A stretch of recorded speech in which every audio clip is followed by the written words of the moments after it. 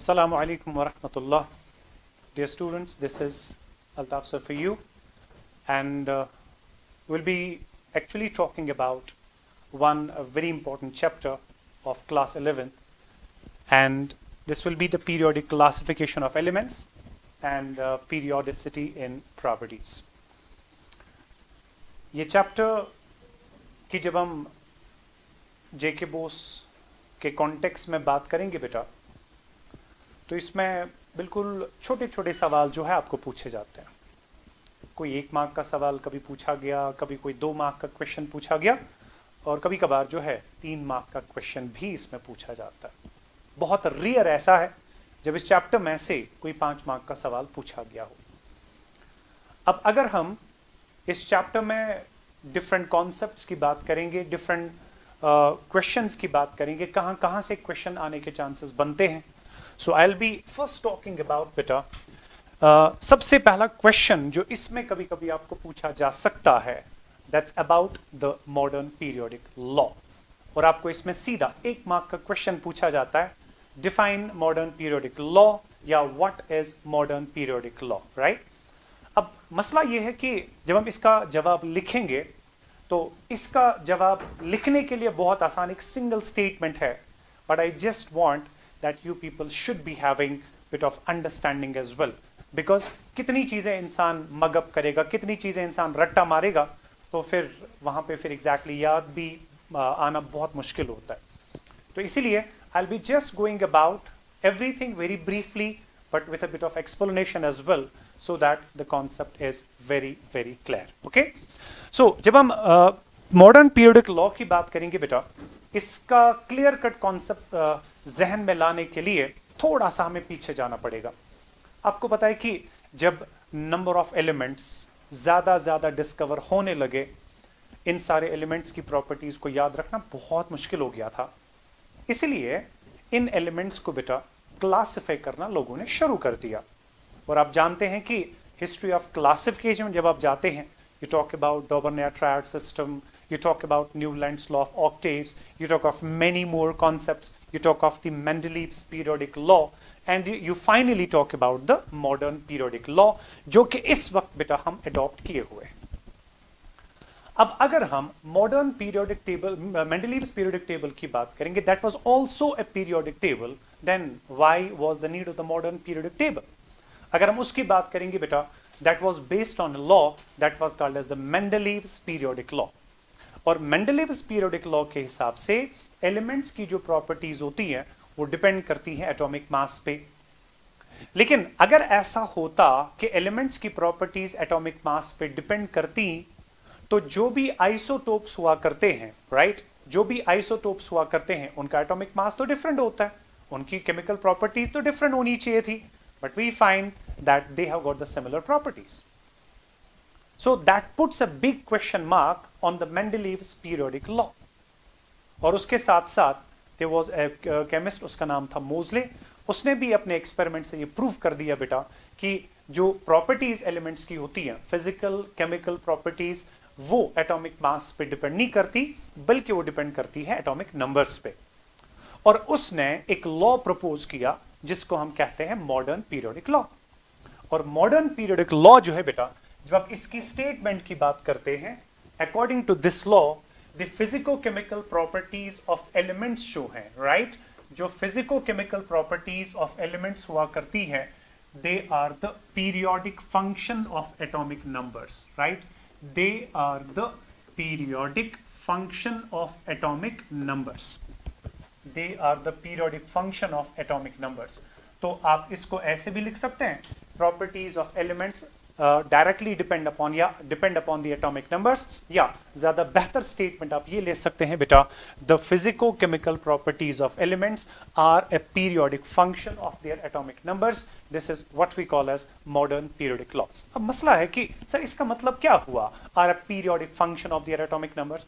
इसका मतलब ये हुआ बेटा कि अगर हम एलिमेंट्स को अरेंज करेंगे इन the increasing order of their atomic numbers, जैसे कि मॉडर्न पीरियोडिक लॉ में हमने किया हुआ है, you will find कि elements with the similar properties जो हैं वो repeat हो जाते हैं, right? Elements with the similar properties repeat हो जाते हैं. जैसे जो भी एलिमेंट्स एक ग्रुप में हमने इसमें प्लेस किए हैं, यू नो, इन सारे एलिमेंट्स की प्रॉपर्टीज जो हैं वो रिपीट हो रही हैं, राइट? सो पीरियोडिकली एलिमेंट्स यहां पे रिपीट हो रहे हैं, लेकिन आफ्टर सम रेगुलर इंटरवल्स। वो इंटरवल्स क्या है? हाइड्रोजन का एटॉमिक नंबर 1, लिथियम का atomic number 3। So after the interval of 2 elements there is the element which gets repeated having similar properties। इसी तरह से बेटा उसके बाद लिथियम से सोडियम तक 3 से 11, यहां पे 8 का फर्क आता है। 8 एलिमेंट्स यहां पे बीच में आते हैं और उसके बाद एक ऐसा एलिमेंट रिपीट हो रहा है बेटा जिसकी प्रॉपर्टीज उन वाले 2 एलिमेंट के साथ रिजेंबल करती है। इसी तरह से इन दोनों के बीच में भी 8 का फर्क है, इन दोनों के बीच में 18 का फर्क है, इन दोनों के बीच में 18 का फर्क है, इन दोनों के बीच में 32 का फर्क है। तो ये जो आप ये गैप्स देख रहे हो बेटा कि इन रेगुलर गैप्स के बाद elements with the similar properties repeat हो रहे हैं, इन गैप्स को हम कहते हैं magic numbers, right? So we have got the number 2, we have got the number 8, we have got the number 8, we have got the number 18 and last वाला हमारे पास था 32। इन नंबर्स के बाद, इन एटॉमिक नंबर्स में गैप्स के बाद elements with similar properties repeat हो रहे थे बेटा, इन नंबर्स को हम मैजिक नंबर्स के नाम से जानते हैं। So you can see when the elements are arranged in the increasing order of atomic numbers in the modern periodic table, the elements with similar properties get repeated after regular intervals. Elements with similar properties का repeat होना after regular intervals, इसी को हम कहते हैं periodic function, right? So this was about the modern periodic law.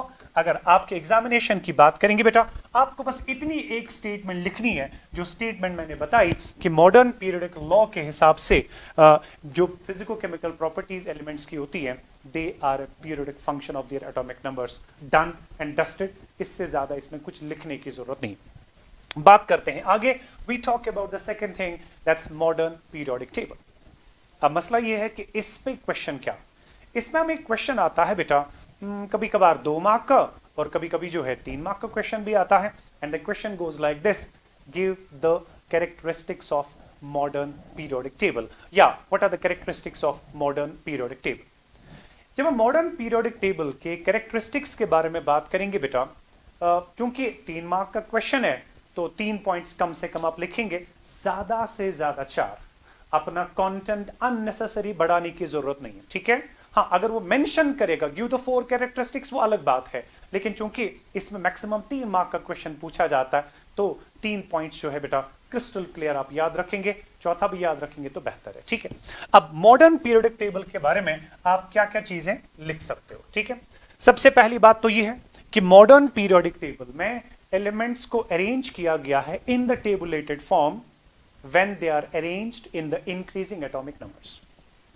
Number 1, यानी कि elements को इसमें अरेंज किया गया है in the increasing order of atomic numbers and they have been arranged in a tabulated form. This is the characteristic feature number 1। Characteristic feature number 2, इसमें elements को divide किया गया है into 7 horizontal rows, right?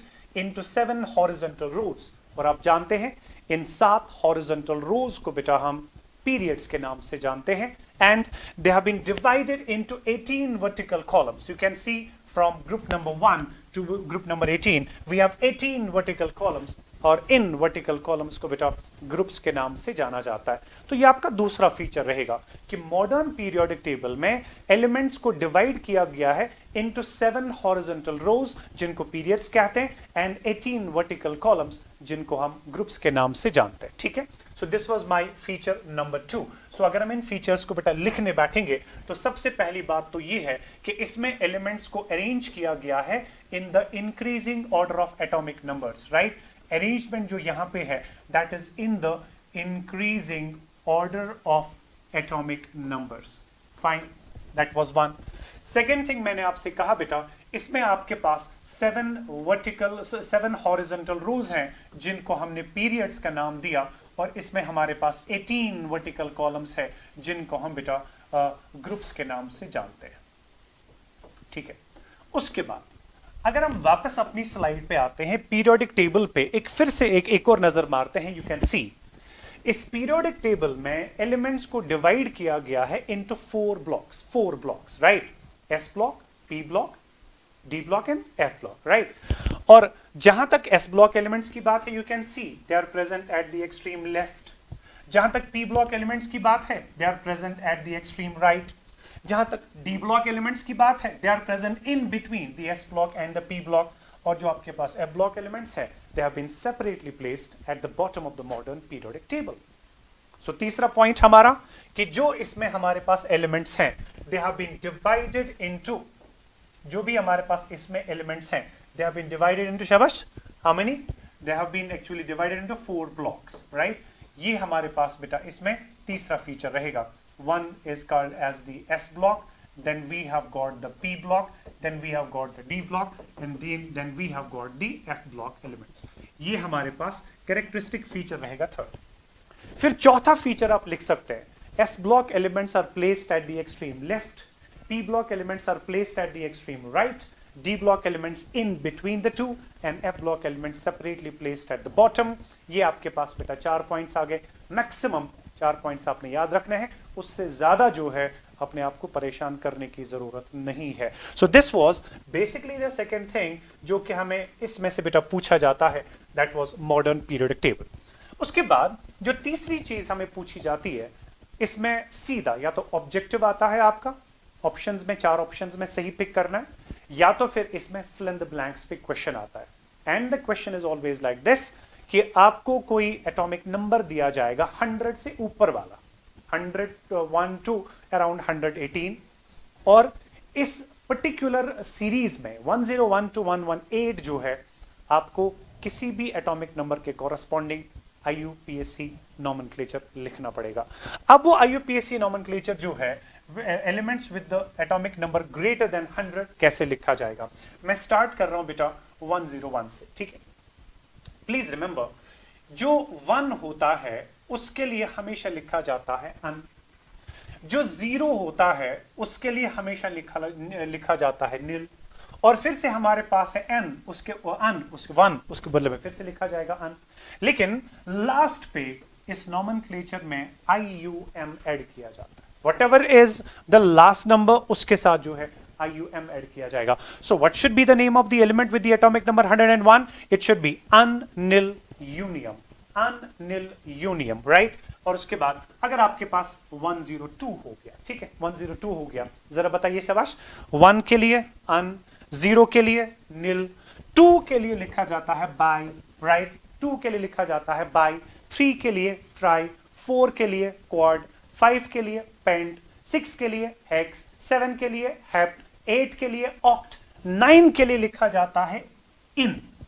Okay, so let's just see it. अगर 102 की बात करेंगे तो ये बनेगा अन, ये बनेगा निल, ये बनेगा बाई, लेकिन हमें अपने नॉमेनक्लेचर के हिसाब से लास्ट पे IUM ऐड करना पड़ेगा। सो ये बनेगा बेटा unnilbium, right? Then unniltrium, unnilquadium, unnilpentium, unnilhexium, unnilheptium, unniloctium. जब आप 109 पे पहुंचेंगे, so this is un again, this is nil again, और 9 जो है बेटा इसके लिए लिखा जाता है ईनियम, अन निल ईनियम। Once you are done with this, then comes 110, 110.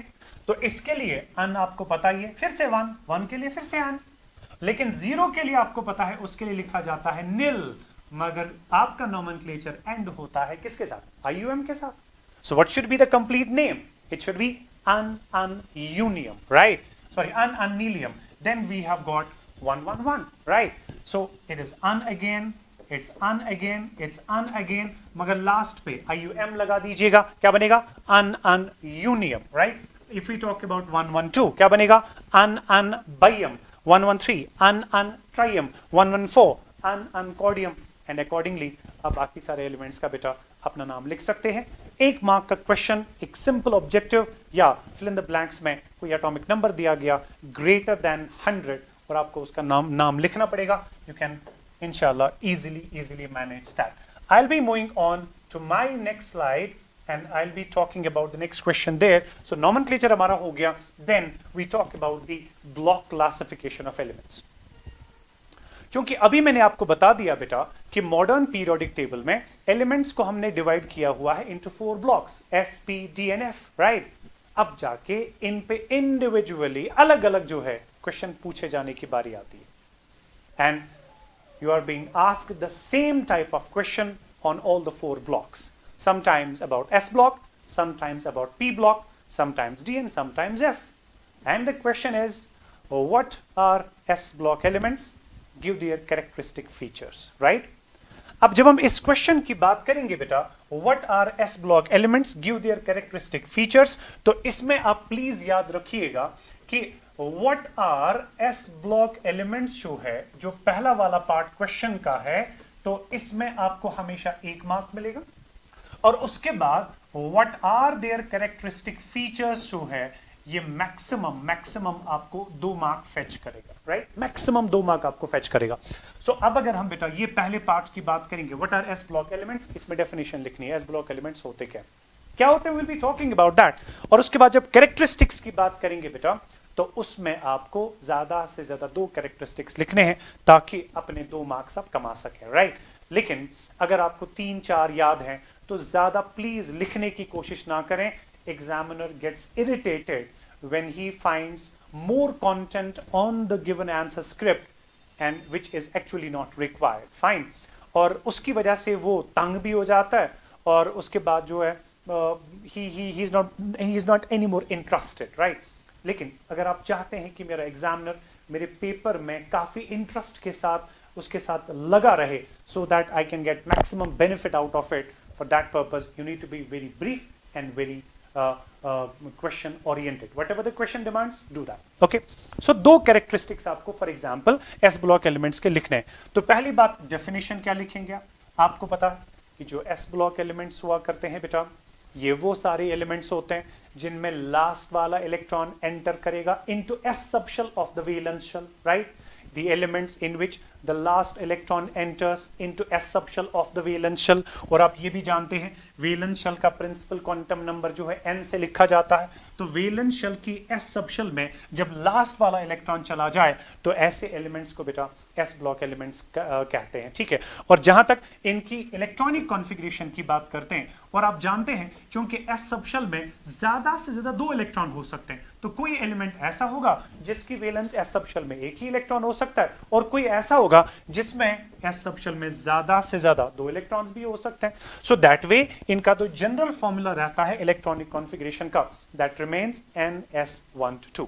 सो अगर आप डेफिनेशन के साथ साथ इसके साथ बस इतना लिखेंगे, their general electronic configuration is NS12. That's it, where n is the principal quantum number. Otherwise अगर आप इतना लिखेंगे, the elements in which the last electron enters the S subshell of the valence shell, that's it. कुछ और बढ़ाने की जरूरत नहीं है, आपको वो आराम से अपना 1 मार्क देगा. और ये वाला जो इलेक्ट्रॉनिक कॉन्फ़िगरेशन का पॉइंट है, ये आप कैरेक्टरिस्टिक्स में आगे ऐड कर सकते हो, ठीक है?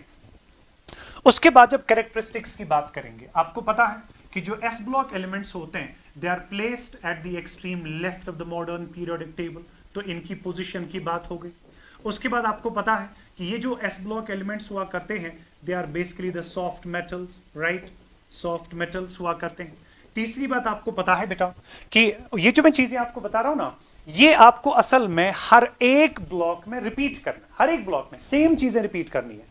पहला पॉइंट बनेगा कैरेक्टरिस्टिक्स में इलेक्ट्रॉनिक कॉन्फ़िगरेशन, दूसरा पॉइंट बनेगा position in the periodic table, तीसरा पॉइंट बनेगा मेटल्स हैं कि नॉन मेटल्स हैं, और चौथा पॉइंट जो आपके पास है बेटा, that will be about the bonding, right? और चूंकि जो मेटल्स हैं आपको पता है कि वो ज्यादातर इलेक्ट्रॉन्स लूज करते हैं, और ज्यादातर जो कंपाउंड्स बनाते हैं they usually form the ionic compounds. जो S ब्लॉक एलिमेंट्स आपके पास होते हैं वो यूजुअली कौन से बनाते हैं?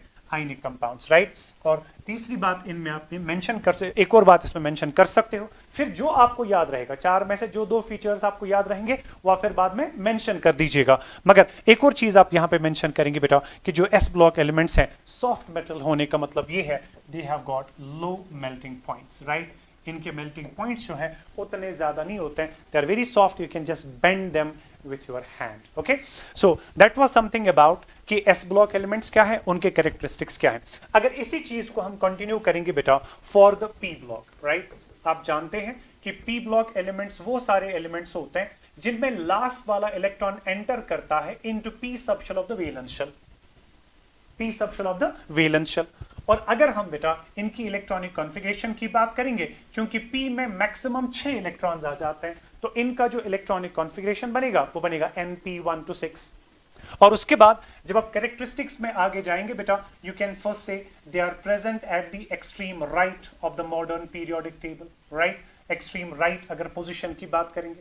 उसके बाद हमने बात की बेटा अबाउट उनका नेचर कैसा है, क्या वो मेटल्स हैं या नॉन मेटल्स हैं। आपको पता है कि पी ब्लॉक में तीनों तरह के एलिमेंट्स होते हैं, इसमें कुछ एलिमेंट्स हैं जो मेटल्स हैं, इसमें कुछ एलिमेंट्स हैं जो नॉन मेटल्स हैं, और कुछ ऐसे हैं which are the metalloids. So these elements, some of the elements are metals, जबकि इसमें कुछ ऐसे हैं विच आर एक्चुअली मेटलॉइड्स, और कुछ एलिमेंट्स ऐसे हैं बेटा, in fact most of them which are actually the non-metals। In fact सारे नॉन मेटल जो हैं इसी पी ब्लॉक में आते हैं एक्सेप्ट हाइड्रोजन। बहरहाल उसके बाद जब हम बात करेंगे बेटा, उसके बाद हम बात करेंगे अबाउट देयर बॉन्डिंग, किस तरह की बॉन्डिंग करते हैं, राइट। क्योंकि इसमें majority of the elements non metals हैं, और नॉन मेटल्स यूजुअली कौन सी बॉन्डिंग करते हैं, कोवलेंट बॉन्डिंग। तो किस तरह के कंपाउंड्स बनाएंगे, यूजुअली जो है बेटा ये कोवलेंट कंपाउंड्स बनाते हैं, mostly they form the covalent compounds. और उसके साथ साथ उसके बाद हमने बात की थी इनका मेल्टिंग पॉइंट कैसा होता है, लो के हाई, राइट। अब इसमें वैरायटी हमारे पास है, कुछ एलिमेंट्स ऐसे हैं जिनका मेल्टिंग पॉइंट बहुत ज्यादा, जैसे आपके पास डायमंड हो गया, और कुछ एलिमेंट्स ऐसे हैं जिनका मेल्टिंग पॉइंट बहुत कम, जैसे फ्लोरीन हो गया, हीलियम वगैरह हो गया, ठीक है। तो इस तरह से इसमें आप लिखेंगे दे have got the range of melting points, right, from very low melting point of fluorine, from very low melting point of fluorine to very high, right, to very high melting point of carbon, diamond आप साथ में लिख सकते हैं, ठीक है। आपके पास P block के फीचर्स आ गए, डेफिनेशन भी आपके पास आ गया। यही चीज आपको रिपीट करना है बेटा डी ब्लॉक एलिमेंट्स के लिए भी, और यही चीज आपको रिपीट करना है किसके लिए, एफ ब्लॉक एलिमेंट्स के लिए भी, ठीक है।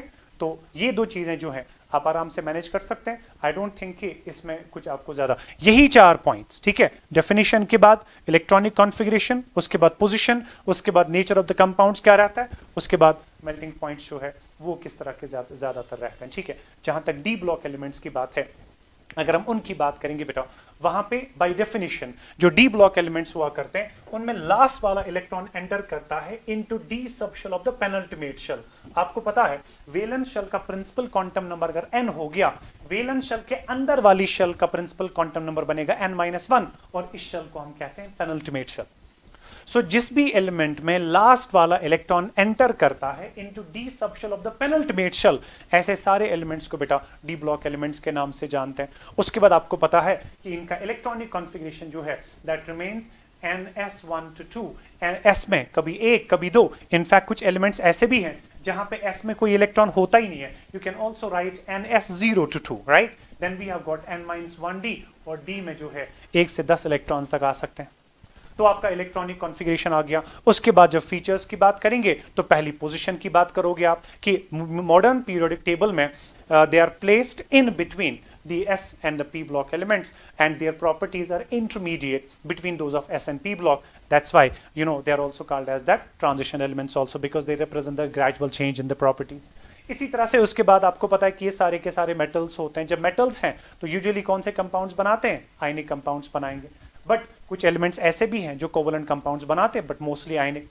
इसी तरह से उसके बाद जो है बेटा आपको पता है कि इनमें डी इलेक्ट्रॉन जो होते हैं they get also involve in bonding. इस तरह से उनके मेल्टिंग पॉइंट्स बहुत ही ज्यादा होते हैं, they have got very high melting points because of the involvement of D electrons in bonding, fine. तो इस तरह से आपका नोड जो है वो डी ब्लॉक एलिमेंट्स का भी बनेगा, and same is the case with the F block elements as well. बहरहाल so this was actually one more thing जो आपको बेटा पहले इसमें पूछा जाए ब्लॉक क्लासिफिकेशन में। उसके बाद आपके पास पीरियोडिसिटी होती क्या है and it's cause. Again this question may be of 2 marks, may be of 3 marks, right? और आपका क्वेश्चन ऐसे जाएगा बेटा, what is periodicity and explain the cause of periodicity, right? अब periodicity होता क्या है, प्लीज याद रखिएगा। periodicity का मतलब होता है elements with the similar properties का repeat होना, right? repetition या recurrence of elements with similar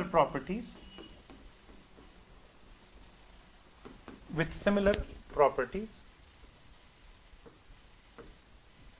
after regular intervals.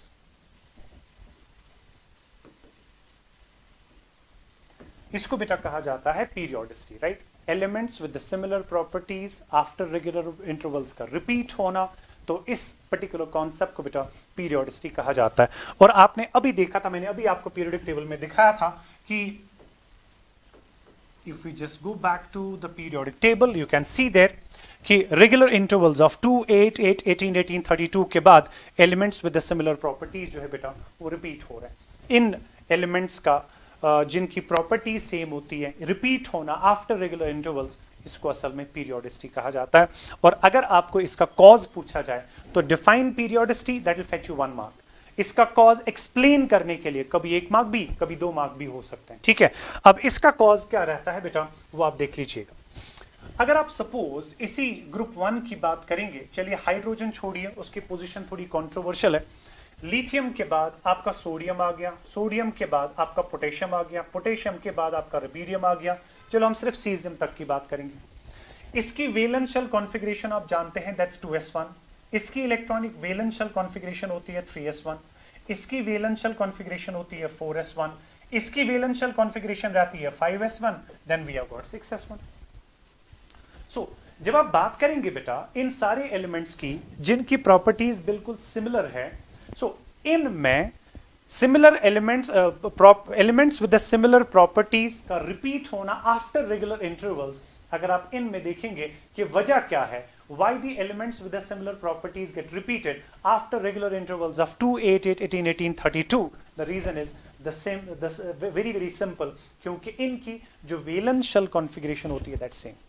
और ये सिर्फ इस ग्रुप के लिए नहीं है, ये हर एक ग्रुप के लिए है। एक ग्रुप में जितने भी सारे एलिमेंट्स होते हैं, इन सारे एलिमेंट्स की प्रॉपर्टीज बिल्कुल एक दूसरे को रिजेंबल करती है। और वजह यह है बेटा कि इन एलिमेंट्स की वैलेंस शेल कॉन्फ़िगरेशन जो है वो सेम हुआ करती है। So elements with the similar properties का repeat होना after regular intervals, it's only because of one thing, that is because of the repetition of the similar valence shell electronic configuration.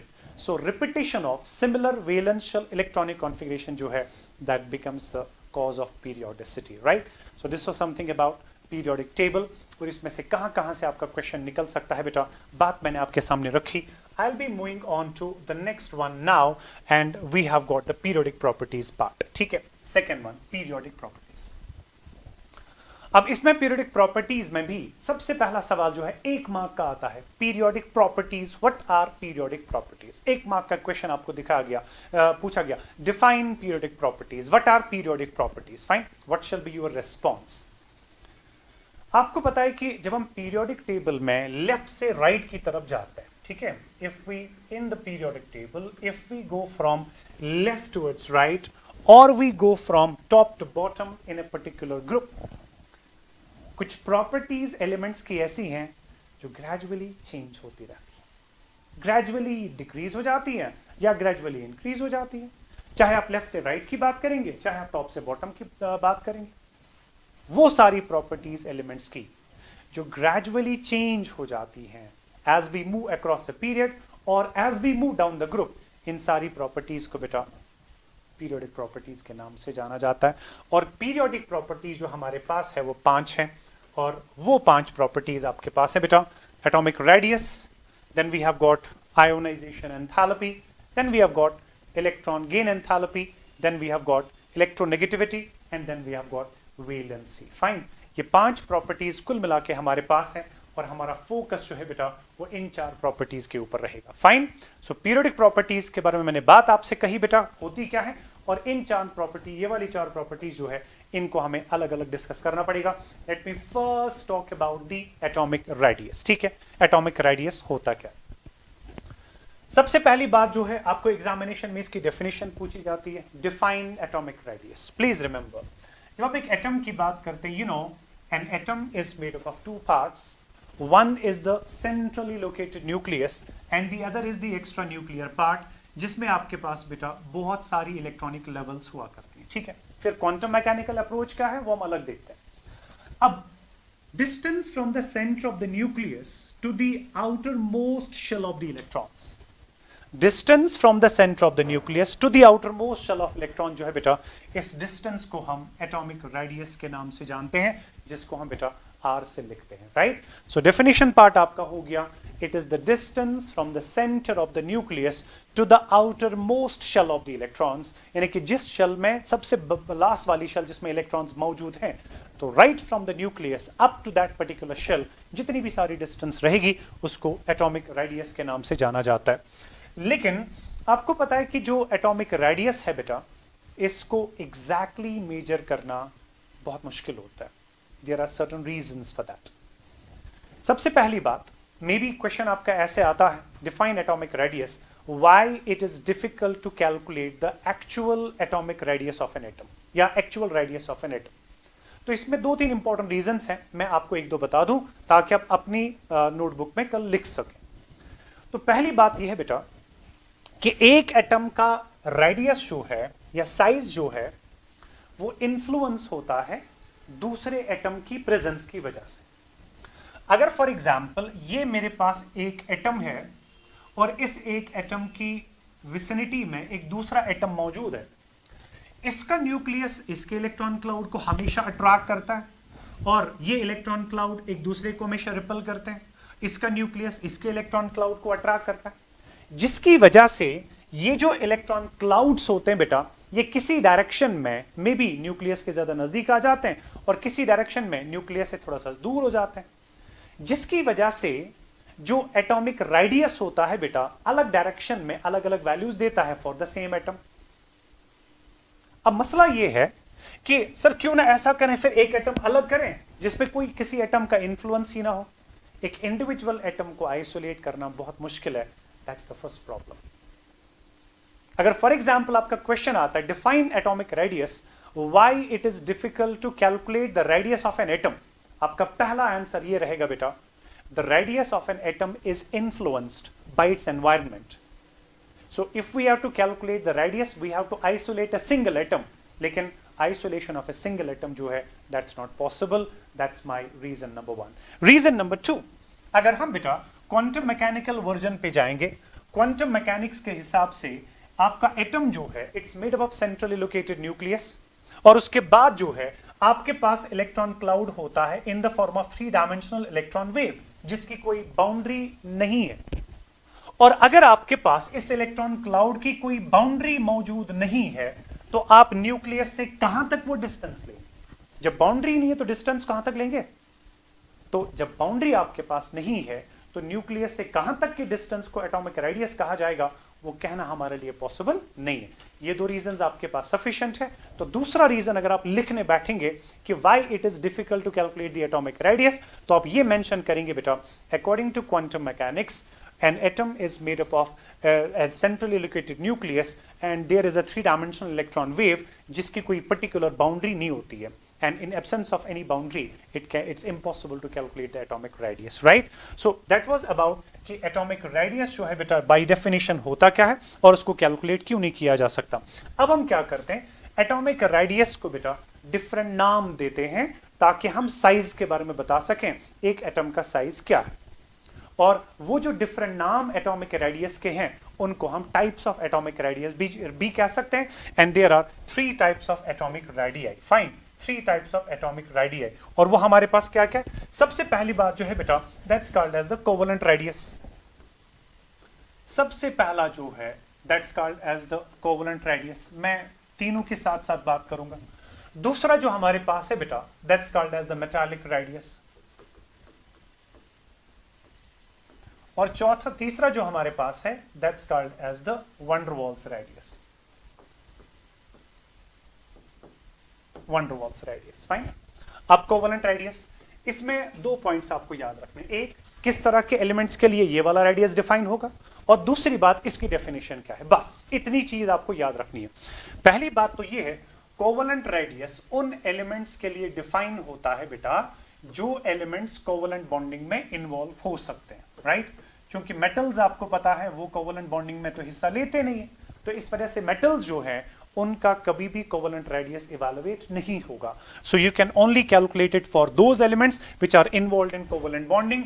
और आपको पता है it is usually the non metals जो कि covalent bonding में हिस्सा लेते हैं. इसीलिए उन नॉन मेटल्स के लिए जो रेडियस डिफाइन होगा that will be the covalent radius. लेकिन इसके कंपैरिजन में अगर मेटालिक रेडियस की बात करेंगे बेटा, ये मेटल्स के लिए डिफाइन होता है.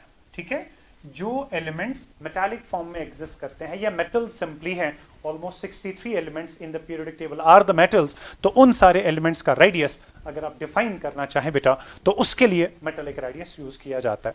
और तीसरा जो आपके पास है that's van der Waals radius. चूंकि ये वाले एलिमेंट्स जो है आयनिक बॉन्डिंग में हिस्सा लेते हैं, ये वाले या अगर आयनिक बॉन्डिंग में हिस्सा भी नहीं लेंगे तो भी मेटेलिक क्रिस्टल्स के फॉर्म में एग्जिस्ट करते हैं, एज सॉलिड मेटल्स एग्जिस्ट करते हैं. और जो नॉन मेटल्स हैं वो हमारे पास बेटा कोवेलेंट बॉन्डिंग में हिस्सा लेते हैं. अब हमारे पास बचे मेटल्स और नॉन मेटल्स के बाद सिर्फ नोबल गैसेस, जिसमें आपके पास helium, neon, argon, krypton, xenon वगैरह आता है. और आपको पता है कि वो सारे एलिमेंट्स जो हैं यूजुअली बॉन्डिंग में हिस्सा नहीं लेते because they have got the stable octet, they have got the stable electronic configuration. और जब हम बात करेंगे बेटा उन नोबल गैसेस की जो कि ना ही मेटालिक फॉर्म में है और ना ही हमारे पास कोवेलेंट बॉन्डिंग में हिस्सा ले रहे हैं, तो ऐसे एलिमेंट्स जो कि नोबल गैसेस हमारे पास है बेटा, उनके लिए एक रेडियस डिफाइन होता है, उसको हम वैन डर वाल्स रेडियस कहते हैं. It's also called as the inert gas radius. Right, जो वैन डर वाल्स रेडियस है बेटा it's also called as the inert gas radius. तो सबसे पहली बात आपने ये समझी कौन सा रेडियस किस तरह के एलिमेंट्स के लिए डिफाइन होता है. फाइन, उसके बाद जो है बेटा डेफिनेशन की बात करते हैं. अब जो भी कोई एलिमेंट कोवेलेंट बॉन्डिंग में हिस्सा लेता है, मिसाल के तौर पर हाइड्रोजन आपको पता है वो H2 मॉलिक्यूल बना लेता है. जब ये H2 मॉलिक्यूल बनता है, क्योंकि आपने ऑलरेडी केमिकल बॉन्डिंग देखा और आपने देखा केमिकल बॉन्डिंग में कि जब दो एटम्स अप्रोच करते हैं कोवेलेंट बॉन्डिंग के लिए, उनके जो इलेक्ट्रॉन क्लाउड्स हैं वो एक दूसरे के साथ ओवरलैप करते हैं. और ये जो आपके पास रीजन है इसको आप ओवरलैप रीजन के नाम से जानते हैं. When the two atoms are bound to each other by means of a single covalent bond, तो उनके बीच की ये डिस्टेंस जिसको आप इंटरन्यूक्लियर डिस्टेंस कहते हैं या बॉन्ड लेंथ कहते हैं बेटा, the half of this distance, the half of this distance, यहां से यहां तक इंटरन्यूक्लियर डिस्टेंस है, the half of this distance is what we call as covalent radius, जिसको बेटा आर कोवेलेंट से लिखा जाता है. RCOV जो है सबस्क्रिप्ट लिख लीजिएगा, इसको हम कोवेलेंट रेडियस के नाम से जानते हैं. Fine, so how do you define the covalent radius? So you can define it this way. It is defined as half of the internuclear distance between the two atoms when they are bound to each other by means of a single covalent bond. Right? So जब भी दो atoms एक single covalent bond की वजह से एक दूसरे के साथ बाउंड होते हैं, half of the internuclear distance जो है उसको असल में कोवेलेंट रेडियस कहा जाता है. और जहां तक हाइड्रोजन की बात है, उसका एटम छोटा है बेटा और उसका कोवेलेंट रेडियस जो है वो भी कम आ जाएगा. लेकिन इसके कंपैरिजन में अगर क्लोरीन एटम बॉन्डिंग में हिस्सा लेगा तो क्लोरीन का साइज जो होता है बेटा वो बड़ा होता है. जब क्लोरीन एटम बॉन्डिंग में यहां पे हिस्सा लेगा तो यहां पे जो इंटरन्यूक्लियर डिस्टेंस होगी वो भी ज्यादा रहेगी and half of this internuclear distance जो है वो भी ज्यादा. सो क्लोरीन का कोवेलेंट रेडियस ज्यादा, हाइड्रोजन का कोवेलेंट रेडियस कम. तो इसका मतलब आप ये ले सकते हैं बेटा कि जिस एटम का साइज बड़ा उसका कोवेलेंट रेडियस ज्यादा, जिसका साइज कम उसका कोवेलेंट रेडियस कम. सो कोवेलेंट रेडियस आपको आइडिया देता है about the size of the atom and we can say the size of the atom is directly proportional to the covalent radius of an atom. Fine, so this was something about कि covalent radius जो है इसको कैसे define किया जाता है for homonuclear diatomic molecules. उसके बाद जो है हम वापस आएंगे बेटा अपने मेटालिक रेडियस पे. ठीक है, अब जानते हैं कि जो हमारे पास मेटल्स होते हैं they exist in the solid form, और इनके जो सॉलिड ये सॉलिड मेटल्स जो हैं इनमें atoms regularly arrange, regularly distributed होते हैं इन दिस पर्टिकुलर फॉर्म. और इनके जो एटम्स होते हैं they are in direct contact. Right, किसी भी मेटल सॉलिड में या मेटल क्रिस्टल में अगर आप दो नेबरिंग एटम्स को बेटा अलग करके देखोगे, ठीक है, गलती से ये थोड़ा सा ओवरलैप हो गया, they are exactly in this particular form. Right, let me just erase this. ये आपके पास एक एटम हो गया और आपके पास दूसरा नेबरिंग एटम हो गया. ठीक है, किसी भी मेटल क्रिस्टल में जो दो नेबरिंग एटम्स एक दूसरे के डायरेक्ट कॉन्टैक्ट में होते हैं उनके न्यूक्लियर के बीच की डिस्टेंस जो है उसको फिर से इंटरन्यूक्लियर डिस्टेंस कहा जाता है, but half of this distance is what we call as the covalent metallic radius, R metallic. ठीक है? So how do you define R metallic radius? So you can define the metallic radius this way, that it is half of the internuclear distance between the two neighboring metal atoms in a metal crystal, right? Half of the internuclear distance between the two neighboring metal atoms in a metal crystal या in a metal solid. Fine. So this was about metallic radius क्या होता है. उसके बाद अगर हम inert gas radius या van der Waals radius की बेटा बात करेंगे, so we can talk about the van der Waals radius as well. ठीक है. जो भी आपके पास noble gases वगैरह हैं, अगर आप इनको बेटा फ्रीज करके जो है सॉलिड स्टेट में लाएंगे, तो सॉलिड स्टेट में आने के बावजूद भी क्योंकि इनके बीच में weak van der Waals forces होते हैं, तो सॉलिड स्टेट में आने के बावजूद भी they are not in direct contact, they are always at some distance. और उस वक्त जो उनके न्यूक्लियर के बीच में जो दो नेबरिंग एटम्स होते हैं बेटा, नोबल गैसेस के जो दो नेबरिंग एटम्स होते हैं, so in their solid crystal, in their solid state, जो दो नेबरिंग एटम्स होंगे उनके बीच की डिस्टेंस जो है इसको कहते हैं van der Waals distance, and half of this van der Waals distance जो है इसको हम कहते हैं बेटा van der Waals रेडियस, इसको हम कहते हैं van der Waals radius, R van der Waals। Okay, so जिस तरह से आपने उनको डिफाइन किया बिल्कुल उसी तरह से इसको भी डिफाइन करने का एक तरीका है। सो मैं रिपीट कर रहा हूं, van der Waals रेडियस क्या होता है बेटा, तो हमने पहली बात कही इसको डिफाइन यूजुअली किया जाता है नोबल गैसेस के लिए, besides that it's also defined for the non-polar diatomic molecules also, but that's completely not required at this point of time. You just need to get the definition right। और आप ये मान सकते हैं बेटा कि जब भी किसी noble गैस को हम solid state में लेते हैं, so in the solid state जो दो neighboring atoms होते हैं उनके न्यूक्लियर के बीच की डिस्टेंस जो है उसको हम कहते हैं van der Waals distance, and half of that van der Waals distance जो है उसको हम van der Waals रेडियस कहते हैं। So it is half of the internuclear distance between the to neighbouring atoms in the solid state of a noble gas. Fine, so that was about van der Waals radius होता क्या। और अगर आप इन तीनों radius की बात करेंगे, covalent radius में आप देखिए वहां पे इलेक्ट्रॉन क्लाउड्स एक दूसरे में पेनिट्रेट करते थे, मेटालिक रेडियस में देखिए the atoms were just in contact, और van der Waals रेडियस में देखिए the atoms are far apart from each other. So you can yourself see कि van der Waals distance जो है van der Waals radius ज्यादा होगा as compared to metallic radius, as compared to covalent radius, right? कभी कभी ये order आपको पूछा जाता है बेटा, what will be the correct order of the van der Waals, metallic and the covalent radii of the elements? तो you can please remember van der Waals radius ज्यादा, उसके बाद आपके पास है metallic radius, और उसके बाद जो है आपके पास covalent radius आता है। Fine, I'll get back to where I was. So definition हो गया, मेरे types of atomic radii हो गए। अब मसला ये है कि ये जो मेरे पास different types थे बेटा, इन different types के बारे में हमें question कैसे पूछा जाएगा, उसमें फिर से definition पूछा जाएगा। Define the covalent radius of an atom, define the metallic radius, define the van der Waals radius, और मैंने तीनों की definitions बेटा आपके सामने clarity के साथ रख दी। उसके बाद जो है हमें variation पूछा जाता है along a period down the group, right? मगर जब हम वेरिएशन की बात करेंगे बेटा अलोंग ए पीरियड, आपको ये जहन में रखना पड़ेगा कि जब भी हम पीरियोडिक टेबल में लेफ्ट से राइट की तरफ जाएंगे, I will go back to my periodic table, जब हम पीरियोडिक टेबल में लेफ्ट से राइट की तरफ जाते हैं बेटा, जो नंबर ऑफ शेल्स होती है दे रिमेन द सेम। अगर हम पीरियड 1 की बात करेंगे, पीरियड 1 में जो दो एलिमेंट्स हैं उनमें सिर्फ एक ही शेल में इलेक्ट्रॉन्स मौजूद होते हैं।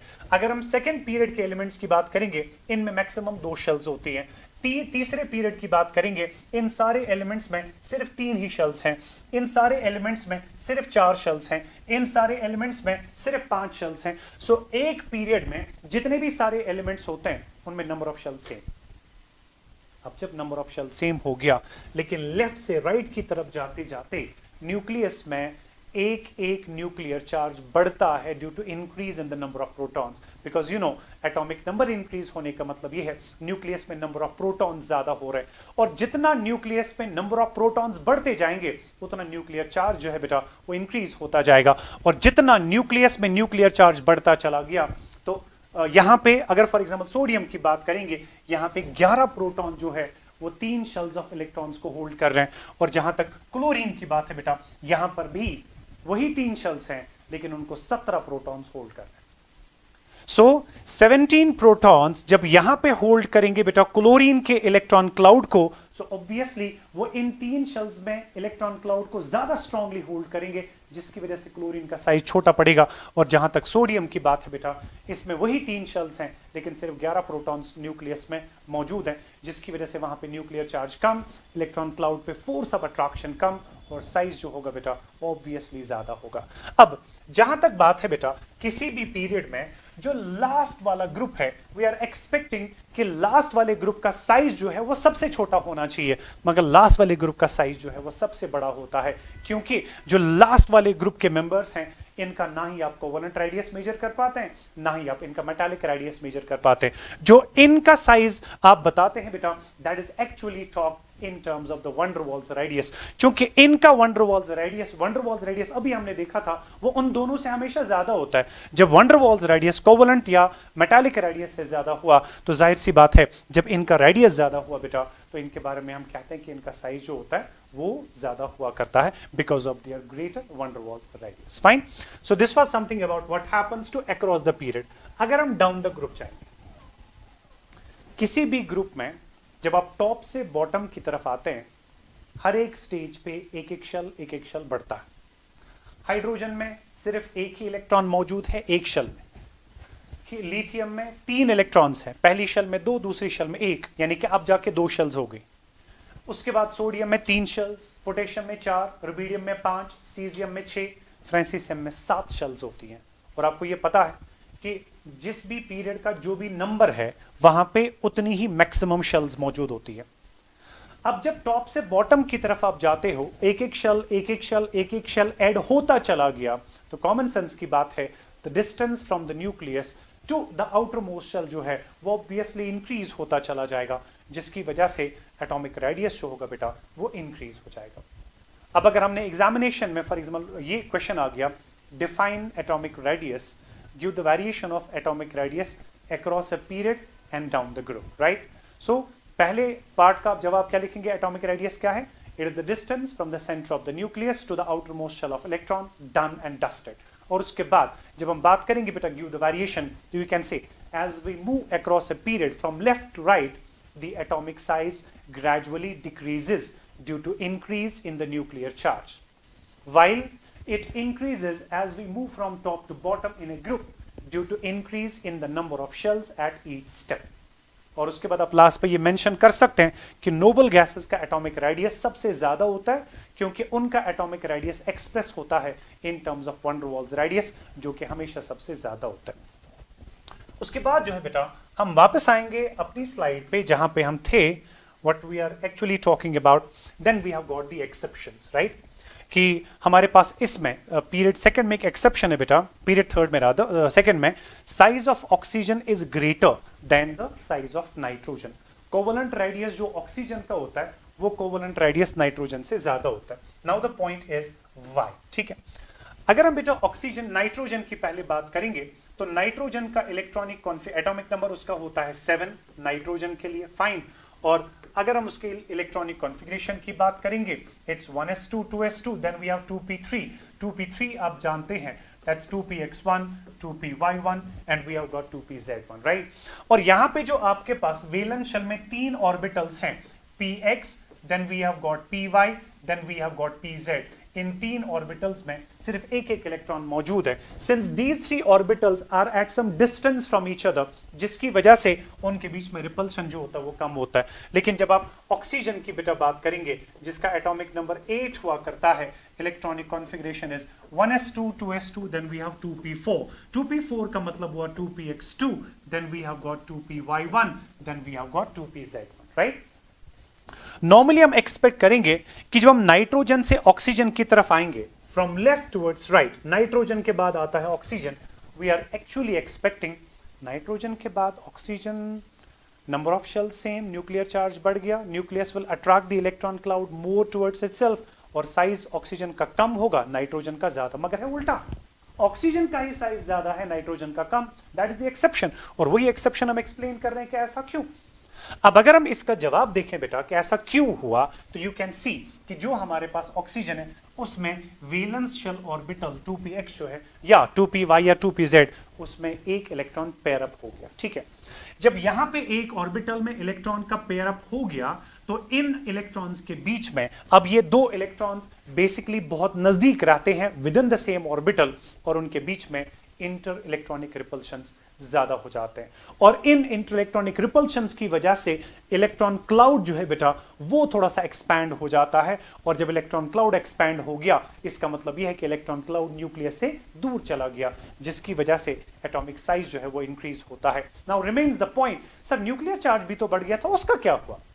न्यूक्लियर चार्ज जितना साइज कम कर सकता था उससे ज्यादा साइज बढ़ता है because of the inter electronic repulsions between the two electrons. Fine, so अगर आप इस एक्सेप्शन की बात करेंगे, फॉर एग्जाम्पल आपको ये पूछा गया explain why the atomic size of oxygen is exceptionally lesser as greater as compare to that of nitrogen, तो आपका जवाब ये आएगा बेटा कि नाइट्रोजन में इलेक्ट्रॉनिक कॉन्फ़िगरेशन इस तरह से रहता है और वहां पे इंटर इलेक्ट्रॉनिक रिपल्शंस बहुत कम, लेकिन जब हम ऑक्सीजन की तरफ आते हैं वहां पे इलेक्ट्रॉन पेयरिंग की वजह से इंटर इलेक्ट्रॉनिक रिपल्शंस बढ़ जाते हैं जो कि असल में डोमिनेट करता है over the increasing effect of nuclear charge, जिसकी वजह से वहां पे एटॉमिक साइज जो है वो इंक्रीज हो जाता है rather than getting decreased. Fine, so this was about the exception in the atomic size and then we actually talk about one more thing that is the we talk about the ionic radius. ठीक है, ionic radius होता क्या है?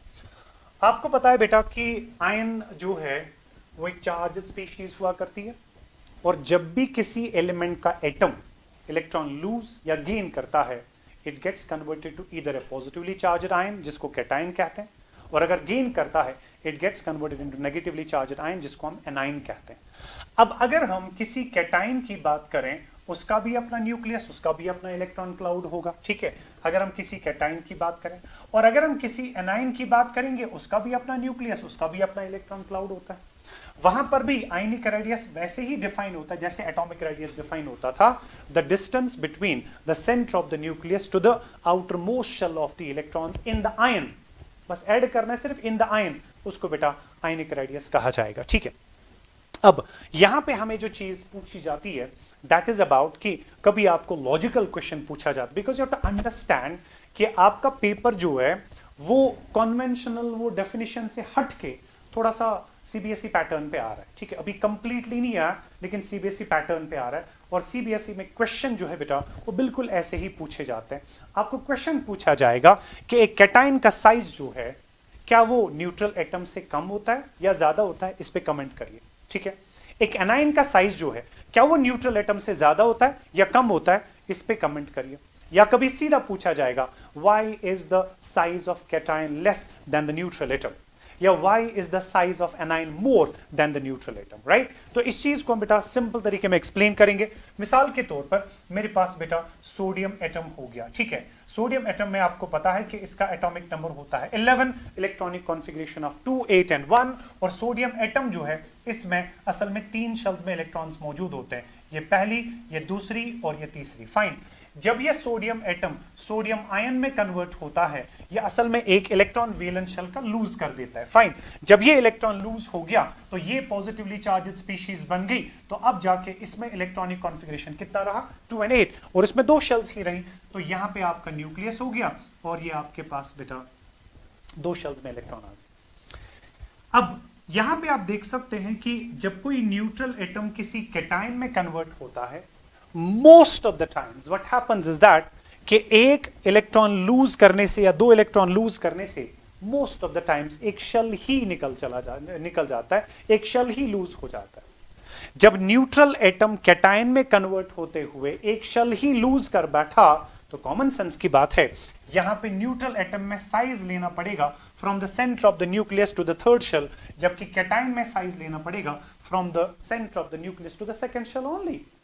तो जिस वजह से यहां पे आपका कैटायन का साइज जो है वो छोटा पड़ेगा as compare to that of the neutral atom. ये आपके पास एक बात होगी जो आप लिखेंगे कि जब भी कैटायन बनता है मोस्ट ऑफ द टाइम्स एक कैटाइन बनते बनते जब इलेक्ट्रॉन लूज हो जाता है, एक इलेक्ट्रॉनिक शेल ही लूज हो जाती है due to decrease in the number of shells in the cation as compare to neutral atom, the ionic radius decreases. Fine.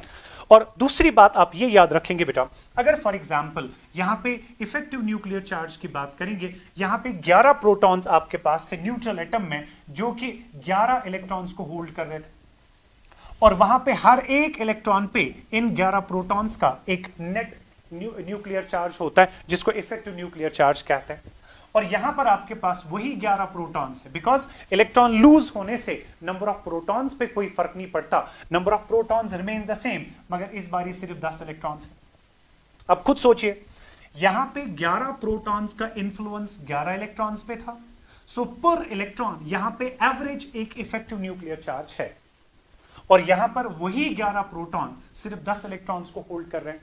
तो कॉमन सेंस की बात यह है बेटा कि 10 इलेक्ट्रॉन्स पे 11 प्रोटॉन्स का इन्फ्लुएंस जब देखा जाए, सो ऑन एन एवरेज पर इलेक्ट्रॉन जो है इफेक्टिव न्यूक्लियर चार्ज ज्यादा हो जाता है।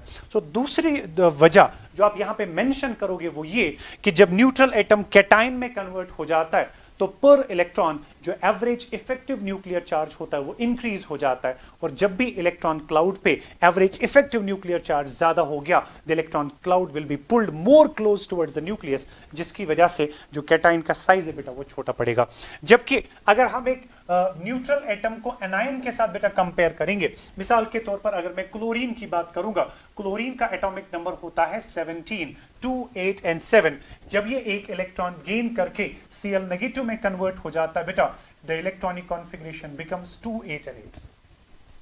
तो यहां पे इलेक्ट्रॉन गेन करने से कोई नई शेल ऐड नहीं हो जाती, ये याद रखना। इलेक्ट्रॉन जब ऐड होता है कोई नई शेल ऐड नहीं हो जाती, लेकिन ये है कि यहां पे 17 प्रोटॉन जो है वो 17 इलेक्ट्रॉन्स को बेटा अट्रैक्ट करते थे, और यहां पे पर इलेक्ट्रॉन एक एवरेज इफेक्टिव न्यूक्लियर चार्ज का कुछ वैल्यू था, whatever that was, I am not bothered about it, whatever that was. लेकिन यहां पे एक इलेक्ट्रॉन गेन करने के बाद यही 17 प्रोटॉन जो है अब ये 18 इलेक्ट्रॉन्स का इलेक्ट्रॉन क्लाउड होल्ड कर रहे हैं।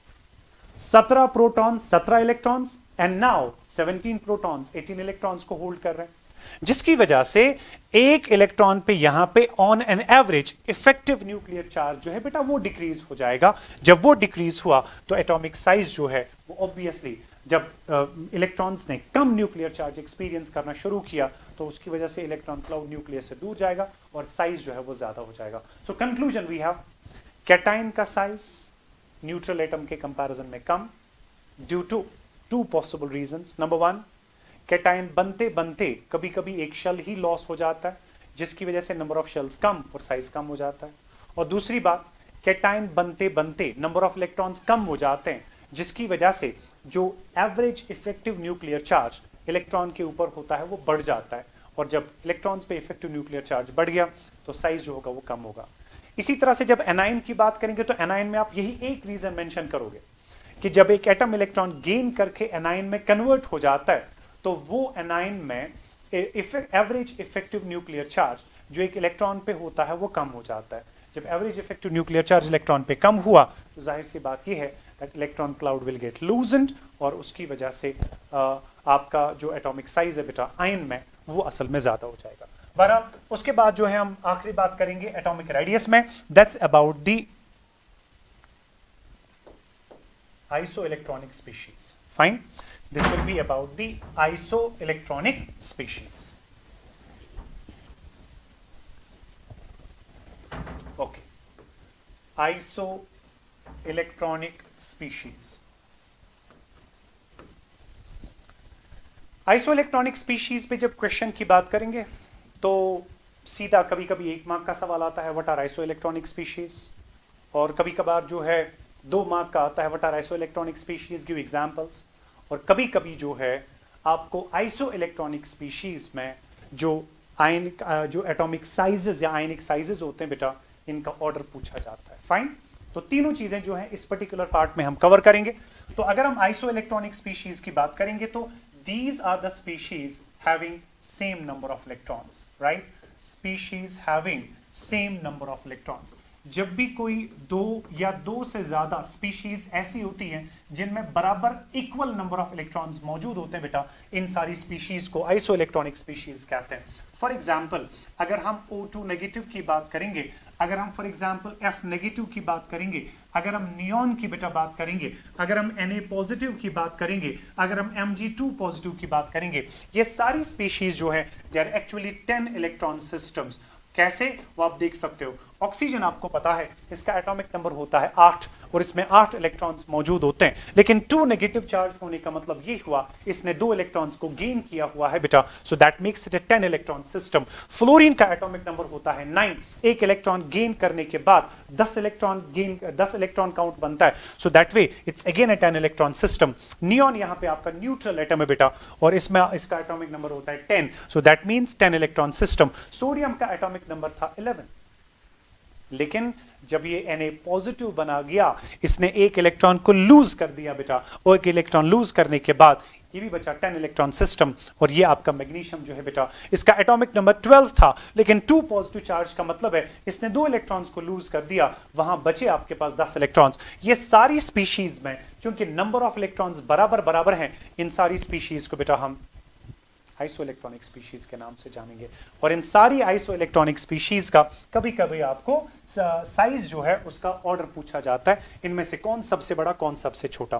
प्लीज इनमें याद रखिएगा, आइसो इलेक्ट्रॉनिक स्पीशीज में जो एटॉमिक साइज होगा, ठीक है, या आयनिक साइज जो भी आप कहेंगे, जो एटॉमिक साइज होगा it is inversely proportional to the nuclear charge, right. जिसका एटॉमिक नंबर ज्यादा उसका साइज कम, जिसका एटॉमिक नंबर कम उसका साइज ज्यादा for the isoelectronic species. अगर आप देखें इसका एटॉमिक नंबर है 12, फाइन, तो यहां पे एटॉमिक नंबर ज्यादा है और इसका एटॉमिक नंबर है 8, यहां पे एटॉमिक नंबर कम। जहां पे एटॉमिक नंबर कम वहां पे साइज ज्यादा, जहां पे एटॉमिक नंबर ज्यादा वहां पे साइज जो होगा बेटा वो सबसे कम होगा। सो O2 नेगेटिव का साइज सबसे ज्यादा, उसके बाद F नेगेटिव, उसके बाद नियॉन, उसके बाद Na पॉजिटिव, लास्ट पे आपका बेटा मैग्नीशियम 2 पॉजिटिव आएगा, क्योंकि आप जानते हैं एटॉमिक नंबर मैग्नीशियम का सबसे ज्यादा आ रहा है और ऑक्सीजन का एटॉमिक नंबर जो होगा सबसे कम। सो इस तरह से एटॉमिक साइज डिसाइड होता है। Now the point is, sir ऐसा क्यों?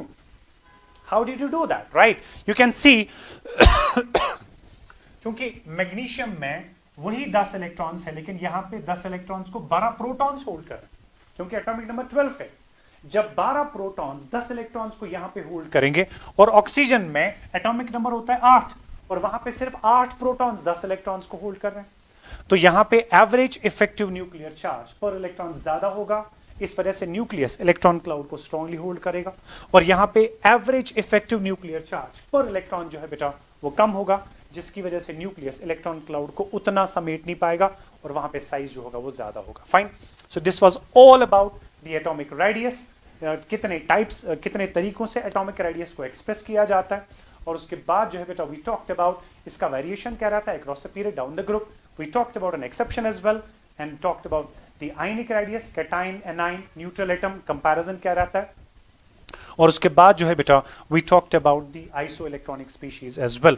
सो आयनिक रेडियस में ये बात आप फाइनली याद रखेंगे कि कैटाइन का साइज न्यूट्रल एटम के कंपैरिजन में छोटा होता है, जबकि एनाइन का साइज न्यूट्रल एटम के कंपैरिजन में बड़ा होता है। आइसो इलेक्ट्रॉनिक स्पीशीज में साइज डिसाइड करने के लिए एटॉमिक नंबर याद रखिएगा, जिसका एटॉमिक नंबर ज्यादा उसका साइज जो होगा वो सबसे कम होगा। इस पे कभी कभार जो है आपको क्वेश्चन पूछा जा सकता है, right. So periodic properties mein we'll be continuing with the next one, and we have got the second periodic property ahead, that is what we call as ionization enthalpy. Fine. So जहां तक बेटा ionization enthalpy की बात है, इसमें सबसे पहले जो है we'll be talking about the definition part, right? ionization enthalpy क्या है? You know, ionization enthalpy जिसको हम represent करते हैं by the symbol delta IH, right? इसको define करते हैं the amount of energy required, right? Amount of energy required. आपको कितनी एनर्जी लगती है टू रिमूव, किस चीज के लिए, एक इलेक्ट्रॉन को रिमूव करने के लिए, to remove an electron from the outer most shell. Please remember 3 conditions important है। एक, एटम से इलेक्ट्रॉन रिमूव करना, मगर कहां से करना है? आउटर मोस्ट शेल से इलेक्ट्रॉन रिमूव करना है, लेकिन वो इलेक्ट्रॉन जो है वो होना चाहिए in the ground state, right? In its ground state, from के बजाय will write in its ground state. यानी कि नॉर्मली जिस एनर्जी लेवल में लास्ट इलेक्ट्रॉन को होना चाहिए, अगर वो लास्ट वाला इलेक्ट्रॉन उसी शेल में मौजूद है without any excitation and all, right, उसको हम ग्राउंड स्टेट कहते हैं। सो amount of energy required to remove an electron from the outermost shell, right, of an atom, obviously in its ground state and in its gaseous state and in the gaseous state। तो ये तीन conditions आपको याद रखनी है कि एक atom जो है उसको आपने गैसियस स्टेट में लेना, मतलब अलग थलग लेना है। उसके बाद उसका जो लास्ट वाला इलेक्ट्रॉन वैलेंस शेल का होगा वो अपने ग्राउंड स्टेट में होना चाहिए। ग्राउंड स्टेट का मतलब ये है कि जिस शेल में वो नॉर्मली एक्साइटेशन के बगैर होना चाहिए वो इलेक्ट्रॉन उसी शेल में मौजूद है। और उसके बाद इस लास्ट वाले इलेक्ट्रॉन को बेटा आप रिमूव करने जा रहे हो फ्रॉम द एटम। चूंकि इलेक्ट्रॉन पे न्यूक्लियस का एक फोर्स ऑफ अट्रैक्शन होता है, अगर आप इस इलेक्ट्रॉन को रिमूव करना चाहते हो फ्रॉम द एटम तो आपने वो फोर्स ऑफ अट्रैक्शन ब्रेक करना पड़ेगा। और किसी भी फोर्स को ब्रेक करने के लिए energy is always required. The amount of energy required to remove the most loosely bound electron, the outermost electron from the what we call as ground state of an atom। कहां से? From the ground state of an atom in its gaseous phase। लेकिन वो atom जो है वो gaseous phase में होना चाहिए, क्योंकि अगर वो एटम solid state में हो गया तो जो आप एनर्जी देंगे वो पहले उन एटम्स की बॉन्डिंग को ब्रेक करने में लगेगा, वो इलेक्ट्रॉन को रिमूव करने में नहीं लगेगा। हमें लेकिन सिर्फ इतना देखना है कि इलेक्ट्रॉन रिमूव करने के लिए कितनी एनर्जी लगेगी। For that purpose your atom has to be in the gaseous state. तब जाके बेटा आप एग्जैक्टली बता सकते हैं कि सिर्फ इलेक्ट्रॉन को रिमूव करने के लिए कितनी एनर्जी लगी, right. So that was about the definition part, the amount of energy required to remove an electron from the outer most shell of an atom in its ground state and in its gaseous state. Fine. उसके बाद जो है बेटा definition के बाद will be actually talking about the successive ionisation enthalpies होती क्या है, ठीक है। और इसमें आपको पता है कि जो आयोनाइजेशन एंथैल्पी है इसके डिफरेंट यूनिट्स रहते हैं, ठीक है। कभी कभार इसको किलो जूल्स पर मोल से भी रिप्रेजेंट किया जाता है यूनिट्स को, इसी तरह से किलो कैलोरीज पर मोल। और अगर आप एनर्जी जो है in the form of potential difference देते हैं तब जाके बेटा आप इलेक्ट्रॉन वोल्ट पर एटम की बात करते हैं, ठीक है। ये यूनिट्स जो है आयोनाइजेशन एंथैल्पी के रहते हैं, क्योंकि कभी कभार आपका ऑब्जेक्टिव में आता है बेटा the units of ionisation enthalpy are, right. आप इनमें से अपना कोई यूनिट जो है उसको पिक कर सकते हो। 12 सक्सेसिव आयोनाइजेशन एंथैल्पी की बात करेंगे कि सक्सेसिव आयोनाइजेशन एंथैल्पीज होती क्या है। अगर कभी कभार आप किसी एटम में एक से ज्यादा इलेक्ट्रॉन्स को रिमूव करना चाहें, ठीक है। मान लेते हैं कि मेरे पास मैग्नीशियम हो गया, ये मेरे गैसियस स्टेट में था, मैंने क्या कर दिया बेटा, इसको मैंने एनर्जी प्रोवाइड करी, राइट। एनर्जी प्रोवाइड करने से मैंने पहले इसमें एक इलेक्ट्रॉन निकाल के इसको मैग्नीशियम पॉजिटिव बना दिया, फिर मैंने कुछ और एनर्जी प्रोवाइड करके इसमें से एक और इलेक्ट्रॉन निकाल दिया और मैंने इसको मैग्नीशियम 2 पॉजिटिव बना दिया, ठीक है। यहां पे एक इलेक्ट्रॉन मैंने निकाला, यहां पे दूसरा इलेक्ट्रॉन मैंने निकाला। किसी भी एटम में जब आप एक से ज्यादा इलेक्ट्रॉन्स रिमूव करने बैठते हैं, these electrons never get removed simultaneously। ये हमेशा पहले सबसे मोस्ट लूजली बाउंड इलेक्ट्रॉन जो होता है बेटा पहले वो निकल जाता है, उसके बाद जो बाकी सारे इलेक्ट्रॉन्स बचते हैं उन पे चूंकि अब इफेक्टिव न्यूक्लियर चार्ज ज्यादा हो जाता है, उनको रिमूव करना थोड़ा सा और मुश्किल हो जाता है, जिसकी वजह से दूसरे इलेक्ट्रॉन को रिमूव करने के लिए और ज्यादा एनर्जी चाहिए। जब भी आप एक एटम में एक से ज्यादा इलेक्ट्रॉन्स सक्सेसिवली रिमूव करते हैं बेटा, उनमें जो एनर्जीज लगती है उसको कहते हैं सक्सेसिव आयोनाइजेशन एंथैल्पी।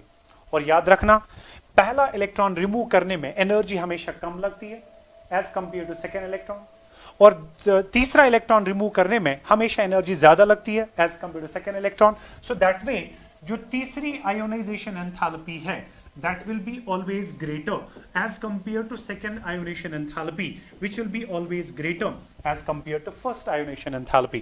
इस तरह से बेटा ये successive ionization enthalpies का order जो है बेटा थोड़ा सा जहन में रखिए। एक तो definition part, the amount of energy required to remove successively more than one electron from atom जो है उसको successive ionization enthalpy कहा जाता है। और दूसरा ये order याद रखिएगा कि जितना एक एक इलेक्ट्रॉन रिमूव करते जाएंगे सो इफेक्टिव न्यूक्लियर चार्ज जो average effective nuclear charge electrons पे बचता है वो ज्यादा हो जाता है, जिसकी वजह से सक्सेसिव आयोनाइजेशन एंथैल्पी ज्यादा होती है। और ये ऑर्डर रहता है बेटा तीसरा इलेक्ट्रॉन रिमूव करने में ज्यादा एनर्जी लगेगी as compare to second as compare to first, right. So this was something about successive ionisation enthalpy क्या है, मेरा ये भी हो गया।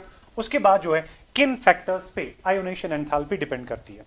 तो ब्रॉडली स्पीकिंग कोई भी ऐसा फैक्टर जो न्यूक्लियस का binding force on the valence electron बढ़ा सकता है, कोई भी ऐसा फैक्टर जो न्यूक्लियस का binding force on the valence electrons increase करेगा, उस फैक्टर की वजह से इलेक्ट्रॉन का रिमूव होना मुश्किल होगा और आयोनाइजेशन एंथैल्पी ज्यादा हो जाएगी। और कोई भी ऐसा फैक्टर जो वैलेंस इलेक्ट्रॉन पे न्यूक्लियस का बाइंडिंग फोर्स कम करेगा, वीक करेगा, उसकी वजह से इलेक्ट्रॉन न्यूक्लियस से दूर रहेगा और उस इलेक्ट्रॉन को रिमूव करना बहुत आसान होगा और आयोनाइजेशन एंथैल्पी कम हो जाएगी। Let's talk about the factors किन पे डिपेंड करते हैं। सबसे पहले साइज पे, जहां पे एटम का साइज बड़ा वहां पे वैलेंस इलेक्ट्रॉन न्यूक्लियस से बहुत दूर, उस इलेक्ट्रॉन को रिमूव करना बहुत आसान, आयोनाइजेशन एंथैल्पी कम। जहां पे साइज छोटा वहां पे वैलेंस इलेक्ट्रॉन न्यूक्लियस के नजदीक, उस पे न्यूक्लियस का बाइंडिंग फोर्स ज्यादा, उस इलेक्ट्रॉन को रिमूव होना मुश्किल, आयोनाइजेशन एंथैल्पी ज्यादा। दूसरा, ये डिपेंड करता है चार्ज ऑन द न्यूक्लियस। जितना न्यूक्लियस पे न्यूक्लियर चार्ज ज्यादा होगा, उतना न्यूक्लियस अपने इलेक्ट्रॉन को स्ट्रांगली होल्ड करने की कोशिश करेगा, उतना इलेक्ट्रॉन का रिमूव होना मुश्किल, उतनी आयोनाइजेशन एंथैल्पी ज्यादा। तीसरा, ये डिपेंड करता है स्क्रीनिंग इफेक्ट पे। आप जानते हैं बेटा कि न्यूक्लियस के अराउंड जो बहुत सारी एनर्जी लेवल्स हुआ करती है जिनमें इलेक्ट्रॉन्स मौजूद होते हैं। मान लेते हैं कि ये वैलेंस शेल का इलेक्ट्रॉन है बेटा, जो वैलेंस शेल के अंदर वाली शेल्स या सब शेल्स हुआ करती हैं, इन शेल्स या सब शेल्स में जो इलेक्ट्रॉन्स मौजूद होते हैं बेटा, these electrons always tend to repel the valence electrons and they prevent the valence electron from coming close to the nucleus. किसी भी एटम के अंदर वाले इलेक्ट्रॉन्स का वैलेंस इलेक्ट्रॉन्स को रिपल करके न्यूक्लियस से दूर रखना, इसको कहते हैं स्क्रीनिंग इफेक्ट। और कॉमन सेंस ये कहता है बेटा, जितना स्क्रीनिंग इफेक्ट या स्क्रीनिंग इलेक्ट्रॉन ज्यादा हो जाएंगे, उतना वैलेंस इलेक्ट्रॉन न्यूक्लियस से ज्यादा दूर चला जाएगा, जिसकी वजह से इलेक्ट्रॉन को रिमूव करना आसान होगा और आयोनाइजेशन एंथैल्पी बेटा कम हो जाएगी। तो स्क्रीनिंग इफेक्ट जितना ज्यादा, उतनी आयोनाइजेशन एंथैल्पी कम। ये डिपेंड करता है upon the penetration effect of the valence electrons. आप जानते हैं बेटा, जो हर एक ऑर्बिटल के जो इलेक्ट्रॉन्स होते हैं, उनकी इलेक्ट्रॉन डेंसिटी शुरू होती है राइट फ्रॉम द न्यूक्लियस, किसी की कम किसी की ज्यादा, लेकिन उनमें से जो एस ऑर्बिटल्स हुआ करते हैं, उनकी इलेक्ट्रॉन डेंसिटी सबसे ज्यादा होती है क्लोज टू द न्यूक्लियस। चाहे वो 1s है, 2s है, 3s है, 4s है, 5s है, वटएवर, हर एक एस ऑर्बिटल जो है उसकी इलेक्ट्रॉन डेंसिटी सबसे ज्यादा नजदीक होती है क्लोज टू द न्यूक्लियस। सो जो ऑर्बिटल न्यूक्लियस के ज्यादा नजदीक रहता है, हम कहते हैं कि इसका पेनिट्रेशन इफेक्ट ज्यादा है, और एस ऑर्बिटल्स का, एस इलेक्ट्रॉन्स का पेनिट्रेशन इफेक्ट ज्यादा होता है as compare to p electrons, as compare to d electrons, as compare to f electrons. अब अगर किसी एटम में आप वैलेंस इलेक्ट्रॉन रिमूव कर रहे हो लेकिन वो वैलेंस इलेक्ट्रॉन एस है, किसी एटम में आप वैलेंस इलेक्ट्रॉन रिमूव कर रहे हो लेकिन वो वैलेंस इलेक्ट्रॉन पी है, किसी एटम में आप वैलेंस इलेक्ट्रॉन रिमूव कर रहे हो मगर वो डी है, क्योंकि आपको पता है कि एस इलेक्ट्रॉन्स का पेनिट्रेशन इफेक्ट सबसे ज्यादा है, तो this electron will be more tightly held by the nucleus, और इस पेनिट्रेटिंग इलेक्ट्रॉन को रिमूव करना ज्यादा मुश्किल होता है as compare to p, as compare to d, right. So that was about, ये पेनिट्रेशन इफेक्ट पे डिपेंड करता है। उसके बाद ये इलेक्ट्रॉनिक कॉन्फ़िगरेशन पे डिपेंड करता है बेटा।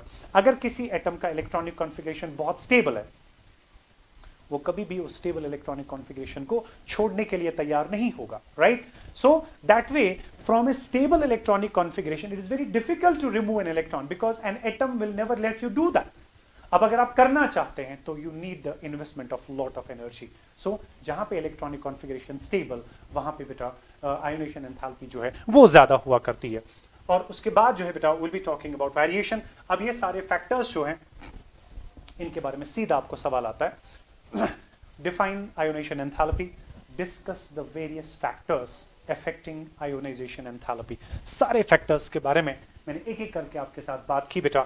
दो दो तीन तीन लाइंस का हर एक पॉइंट में एक एक दो दो लाइंस लिखने से आपका ये पूरा नोट जो है बहुत अच्छा बनेगा। उसके बाद जो है वेरिएशन ऑफ आयोनाइजेशन एंथैल्पी की बात करेंगे कि कैसे वैरी होता है across a period and down the group, right.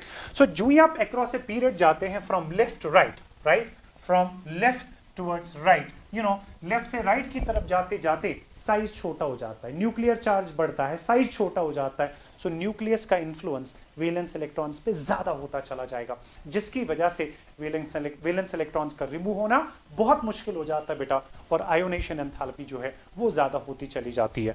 और अगर हम टॉप से बॉटम की तरफ आते हैं, टॉप से बॉटम की तरफ हर स्टेज पे एक एक शेल बढ़ता चला जाता है, वैलेंस इलेक्ट्रॉन न्यूक्लियस से दूर होता चला जाता है, जिसकी वजह से वैलेंस इलेक्ट्रॉन का रिमूव होना आसान हो जाता है और आयोनेशन एंथैल्पी जो है डाउन द ग्रुप कम होती है। So the variation will be as we move across the period from left towards right, ionization enthalpy regularly increases while it decreases as we move from top to bottom. Fine बेटा, अब अगर आपको explanation पूछी जाए तो explanation बहुत simple है। Left से राइट की तरफ जाने से साइज कम हो जाता है, न्यूक्लियर चार्ज बढ़ता है, जिसकी वजह से वैलेंस इलेक्ट्रॉन्स पे न्यूक्लियर फोर्स ऑफ अट्रैक्शन ज्यादा हो जाएगा और इलेक्ट्रॉन को रिमूव करना बहुत मुश्किल होगा, आयोनेशन एंथैल्पी विल इंक्रीज। और जब टॉप से बॉटम की तरफ आएंगे तो साइज बढ़ने की वजह से वैलेंस इलेक्ट्रॉन न्यूक्लियस से दूर हो जाएगा, न्यूक्लियस का इन्फ्लुएंस वैलेंस इलेक्ट्रॉन पे कम हो जाएगा, इलेक्ट्रॉन को रिमूव करना आसान और आयोनेशन एंथैल्पी कम हो जाएगी। ठीक है, यहां पे हमारे पास दो एक्सेप्शंस है, एक ionisation enthalpy of beryllium boron से ज्यादा और दूसरा ionisation enthalpy of nitrogen oxygen से ज्यादा। ठीक है, इन दो एक्सेप्शंस के बारे में सीधा कभी सवाल आता है बेटा, explain why the ionisation enthalpy of beryllium is exceptionally greater as compare to that of boron. Let's first try to understand क्या वाकई ये एक्सेप्शन है, राइट? और उसके बाद जो है बेटा एक्सप्लेनेशन की बात करेंगे in both the cases. Fine, see अगर हम बोरॉन से बेरिलियम की तरफ जाएंगे, इसका एटॉमिक नंबर होता है, सॉरी बेरिलियम से बोरॉन, पहले आपके पास आता है पीरियोडिक टेबल में boron, then beryllium, then we have boron. Fine, okay, इसका एटॉमिक नंबर आप जानते हैं, दैट्स 4, इसका एटॉमिक नंबर आप जानते हैं, that's 5। Hydrogen, helium, lithium, beryllium, 4, boron 5, right? Electronic configuration की बात करेंगे, इट्स 1s2 2s2, और यहां पे इलेक्ट्रॉनिक कॉन्फ़िगरेशन की बात करेंगे, it's 1s2 2s2 and 2p1। हालांकि लेफ्ट से राइट की तरफ जाते जाते एटॉमिक साइज कम हो जाता है, न्यूक्लियर चार्ज बढ़ता है, ये फेवर करना चाहिए बोरॉन की हायर आयोनेशन एंथैल्पी को as compare to that of beryllium, मगर एक्सेप्शनली बेरिलियम की आयोनेशन एंथैल्पी बोरॉन से ज्यादा। रीजन, क्योंकि बेरिलियम में जो वैलेंस इलेक्ट्रॉन आप रिमूव कर रहे हो बेटा, you are removing that valence electron from more penetrating s orbital, from more penetrating s orbital, जबकि अगर हम बोरॉन की बात करेंगे, you are removing the electron here, valence electron here from less penetrating p orbital. क्योंकि मैंने अभी कहा ionisation enthalpy is directly proportional to the penetration effect, क्योंकि इसका पेनिट्रेशन इफेक्ट ज्यादा है, इसका पेनिट्रेशन इफेक्ट कम है। This electron will be more close to the nucleus, this electron will be less close to the nucleus, जिसकी वजह से बेटा इस इलेक्ट्रॉन को रिमूव करना मुश्किल as compare to 2p। That's why beryllium की आयोनेशन एंथैल्पी ज्यादा होगी as compare to that of boron. और दूसरी जो एक्सेप्शन हमारे पास थी, दैट वाज नाइट्रोजन की आयोनेशन एंथैल्पी ज्यादा as compare to that of oxygen. अगर आप यहां पे फिर से बेटा बात करेंगे, ये हमारे पास नाइट्रोजन और उसके बाद ऑक्सीजन। नाइट्रोजन का एटॉमिक नंबर होता है बेटा 7, ऑक्सीजन का एटॉमिक नंबर होता है बेटा 8। इलेक्ट्रॉनिक कॉन्फ़िगरेशन की जब बात करेंगे, this is 1s2, then we have 2s2, then we have got 2px1, then we have got 2py1, then we have got 2pz1, या फिर इसको सिंपली लिखते हैं 2p3, और यहां पे इलेक्ट्रॉनिक कॉन्फ़िगरेशन आपका रहेगा 1s2 2s2, then we have got 2p4। Fine, अगर एटॉमिक नंबर की बात करेंगे, सो नाइट्रोजन जो है बेटा इसका एटॉमिक नंबर कम, इसका एटॉमिक नंबर ज्यादा, इसमें नंबर ऑफ प्रोटॉन ज्यादा। हम एक्सपेक्ट करेंगे बेटा, नंबर ऑफ शेल्स तो सेम है मगर यहां पे नंबर ऑफ प्रोटॉन ज्यादा है। हम एक्सपेक्ट करेंगे कि ऑक्सीजन का न्यूक्लियस अपने इलेक्ट्रॉन क्लाउड को ज्यादा स्ट्रांगली होल्ड करेगा, वहां से इलेक्ट्रॉन रिमूव करना ज्यादा मुश्किल होगा। लेकिन आप देखते हैं बेटा कि नाइट्रोजन में इलेक्ट्रॉन को रिमूव करना है from p3 configuration, and p3 is exactly half field, और यहां पे ऑक्सीजन में इलेक्ट्रॉन को रिमूव करना है from p4 configuration, and p4 is just a partly filled configuration. क्योंकि आप जानते हो बेटा exactly half filled configuration is more stable as compare to other partly filled configuration. और अभी हमने फैक्टर्स में देखा था, it depends upon the stability of the electronic configuration as well. तो आप रीजन मेंशन करेंगे, क्योंकि नाइट्रोजन में जो हम इलेक्ट्रॉन रिमूव कर रहे हैं वो exactly half field stable 2p3 configuration से कर रहे हैं, जबकि ऑक्सीजन में जो इलेक्ट्रॉन रिमूव हो रहा है वो less stable partly filled 2p4 configuration से रिमूव कर रहे हैं. That's why ionisation enthalpy exceptionally nitrogen की ज्यादा है as compare to that of oxygen. Let's move on and let's talk about the next one now, and we are talking about electron gain enthalpy, right? So जब electron gain enthalpy की बेटा बात करेंगे, I think in the next 10 minutes we'll just wind this particular chapter up, and electron gain enthalpy की जब बात करेंगे, सबसे पहले जो है I'll be surely talking about the definition part, right? So this is about the electron gain enthalpy. इसको इस particular symbol से represent किया जाता है. Please remember electron gain enthalpy क्या है. अगर मेरे पास फॉर एग्जाम्पल कोई एटम A है इन द गैसियस फेज, और मैं इस एटम को कोई इलेक्ट्रॉन ऐड करके बेटा इसको मैं गैसियस एनाइन में कन्वर्ट करता हूं. Rather than taking one atom, if I take 1 mole of A in the gaseous phase and I am getting 1 mole of A negative in the gaseous phase, तो इस process में electron को असल में add किया जाता है टू द गैसियस एटम. जब भी एक गैसियस एटम को इलेक्ट्रॉन ऐड करके उसको गैसियस एनाइन में कन्वर्ट किया जाता है बेटा, इस प्रोसेस में जो भी एनर्जी चेंज आता है, इस एनर्जी चेंज को हम कहते हैं electron gain enthalpy. So the enthalpy change that takes place when an electron is added to a neutral gaseous atom to get it converted into a gaseous anion, whatever the energy change takes place, that's what we call as electron gain enthalpy. और इसके जो units होते हैं बेटा, अक्सर जाके या तो हम किलो जूल्स पर मोल में लेते हैं या तो हम किलो कैलोरीज पर मोल में लेते हैं. और यहाँ पे एक चीज आप याद रखेंगे, जो ये इलेक्ट्रॉन गेन एंथैल्पी हुआ करती है बेटा, कभी कभार कोई एटम ऐसा होता है जिसकी टेंडेंसी होती है कि मैं एक और इलेक्ट्रॉन ऐड करके शायद स्टेबल कॉन्फ़िगरेशन बनाऊं, या एक और इलेक्ट्रॉन ऐड करके अट्रैक्टिव फोर्स की वजह से एनर्जी रिलीज कराऊं. और जिस भी प्रोसेस में एनर्जी रिलीज होती है, ऐसी प्रोसेस को कहते हैं एक्सोथर्मिक, और एक्सोथर्मिक प्रोसेस के लिए डेल्टा एच नेगेटिव होता है.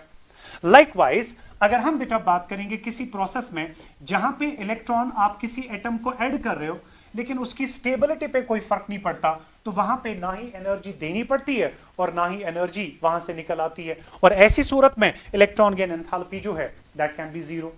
और कभी कभार अगर कोई एटम ऐसा है जिसकी इलेक्ट्रॉनिक कॉन्फ़िगरेशन ऑलरेडी बहुत स्टेबल है और आप उस स्टेबल इलेक्ट्रॉनिक कॉन्फ़िगरेशन को एक और इलेक्ट्रॉन ऐड करके डिस्टेबलाइज कर रहे हो, atom will never allow that. और अगर आपका एटम वो अलाउ नहीं कर रहा है, आप तो भी इलेक्ट्रॉन ऐड कर रहे हो, that means against the stability जब आप काम करेंगे बेटा आपको एनर्जी देना पड़ेगा. और जब भी किसी प्रोसेस में आप एनर्जी यहीं से बेटा इन्वेस्ट करेंगे, that process is actually called as endothermic. और आपको पता है कि एंडोथर्मिक प्रोसेसेस के लिए डेल्टा एच हमेशा पॉजिटिव हुआ करता है. सो इलेक्ट्रॉन गेन एंथैल्पी किसी एटम का नेगेटिव होता है, किसी का जीरो होता है, किसी का पॉजिटिव होता है. ये वो सारे एटम्स हैं जिनका इलेक्ट्रॉनिक कॉन्फ़िगरेशन अनस्टेबल होता है और वो स्टेबिलिटी एक्वायर करने के लिए इलेक्ट्रॉन जो है उसको गेन करते रहते हैं. तो जब भी किसी एटम के लिए इलेक्ट्रॉन गेन एंथैल्पी नेगेटिव होगा, तो वो एटम जब भी इलेक्ट्रॉन गेन करेगा एनर्जी हमेशा वहां से रिलीज होती है. And this is the most usual case. सबसे ज्यादा पॉसिबिलिटी बेटा ये है कि electron gain enthalpy for majority of the elements is negative. That means majority of the elements have the tendency to take an extra electron, right? कुछ elements ऐसे हैं जिनकी इलेक्ट्रॉन गेन एंथैल्पी पॉजिटिव होती है, जैसे नाइट्रोजन हमारे पास है क्योंकि उसकी कॉन्फ़िगरेशन स्टेबल होती है. जैसे हमारे पास बेरिलियम है, उसकी इलेक्ट्रॉनिक कॉन्फ़िगरेशन स्टेबल होती है 2s2. So these elements don't have the tendency to gain the electrons, and that way उनकी इलेक्ट्रॉन गेन एंथैल्पी होती है जीरो. लेकिन कुछ एलिमेंट्स ऐसे होते हैं जिनकी इलेक्ट्रॉनिक कॉन्फ़िगरेशन इतनी ज्यादा स्टेबल होती है that they never are interested in taking up the electron, but if you are still adding the electron, energy is to be supplied, and most of the elements which fall in this particular category, they are actually the noble gases. जैसे आपके पास है helium, neon, argon वगैरह, right? They have got the stable octet. They never have the tendency to gain the electron. लेकिन अगर आप इन atoms को electron तो भी गेन कराते हैं, you need the investment of energy, so the process becomes endothermic, right? So majority of the elements के लिए electron gain enthalpy is negative, but for some it can be zero, and for some it is positive as well. With complete explanation, मैंने आपके सामने बेटा बात रख दी है. I'll get back to my point. Definition हमारा हो गया, उसके बाद फैक्टर्स की बात करेंगे, किस किस फैक्टर पे डिपेंड करेगा. सबसे पहली बात यह है बेटा, साइज पे डिपेंड करेगा. फाइन, जो एटम्स छोटे साइज के होते हैं, जो वैलेंस इलेक्ट्रॉन होगा, फाइन, ये मेरे पास न्यूक्लियस हो गया और ये मेरे पास एटम हो गया. ये मेरे पास दूसरा एटम है, ये न्यूक्लियस हो गया, ये इसका इलेक्ट्रॉन क्लाउड हो गया. सो जब भी कोई इलेक्ट्रॉन ऐड करना है क्योंकि बड़े एटम में इनकमिंग इलेक्ट्रॉन न्यूक्लियस से काफी दूर होता है, जिसकी वजह से न्यूक्लियस का इसके ऊपर फोर्स ऑफ अट्रैक्शन कम होगा और एनर्जी कम रिलीज होती है। लेकिन जो छोटे साइज के एटम्स हैं वहां पे इनकमिंग इलेक्ट्रॉन न्यूक्लियस के बहुत नजदीक रहता है, जिसकी वजह से इनकमिंग इलेक्ट्रॉन पे न्यूक्लियस का अट्रैक्टिव फोर्स बहुत ज्यादा होता है और वहां पे बहुत सारी एनर्जी रिलीज होती है। सो इलेक्ट्रॉन गेन एंथैल्पी छोटे एटम्स में ज्यादा नेगेटिव होती है एज कंपेयर टू जो बड़े एटम्स होते हैं। उसके बाद ये डिपेंड करता है न्यूक्लियर चार्ज पे। जहां पे न्यूक्लियस में नंबर ऑफ प्रोटॉन ज्यादा होते हैं वो इनकमिंग इलेक्ट्रॉन को ज्यादा फोर्स के साथ अट्रैक्ट कर सकते हैं, जिसकी वजह से वहां ज्यादा एनर्जी रिलीज होगी और electron gain enthalpy will be more negative. Similarly ये डिपेंड करता है इलेक्ट्रॉनिक कॉन्फ़िगरेशन पे। जिन एटम्स का इलेक्ट्रॉनिक कॉन्फ़िगरेशन अनस्टेबल होता है, they have the tendency to take up the electron so that they can move towards the stability. So वहां पे energy release होती है, इलेक्ट्रॉन गेन एंथैल्पी नेगेटिव, जैसे मैंने अभी आपसे कहा। लेकिन जिन एटम्स का इलेक्ट्रॉनिक कॉन्फ़िगरेशन ऑलरेडी स्टेबल होता है, they don't have the tendency to take the electron, वहां पे इलेक्ट्रॉन गेन एंथैल्पी या तो जीरो या तो पॉजिटिव हुआ करती है। So it depends upon the electronic configuration as well. Fine. उसके बाद जो है बेटा will be talking about the variation कि इलेक्ट्रॉन गेन एंथैल्पी कैसे वैरी करता है। फाइन। I'll be only talking about the negative values. मैं पॉजिटिव वैल्यूज के बारे में बेटा बात नहीं करूंगा। फाइन।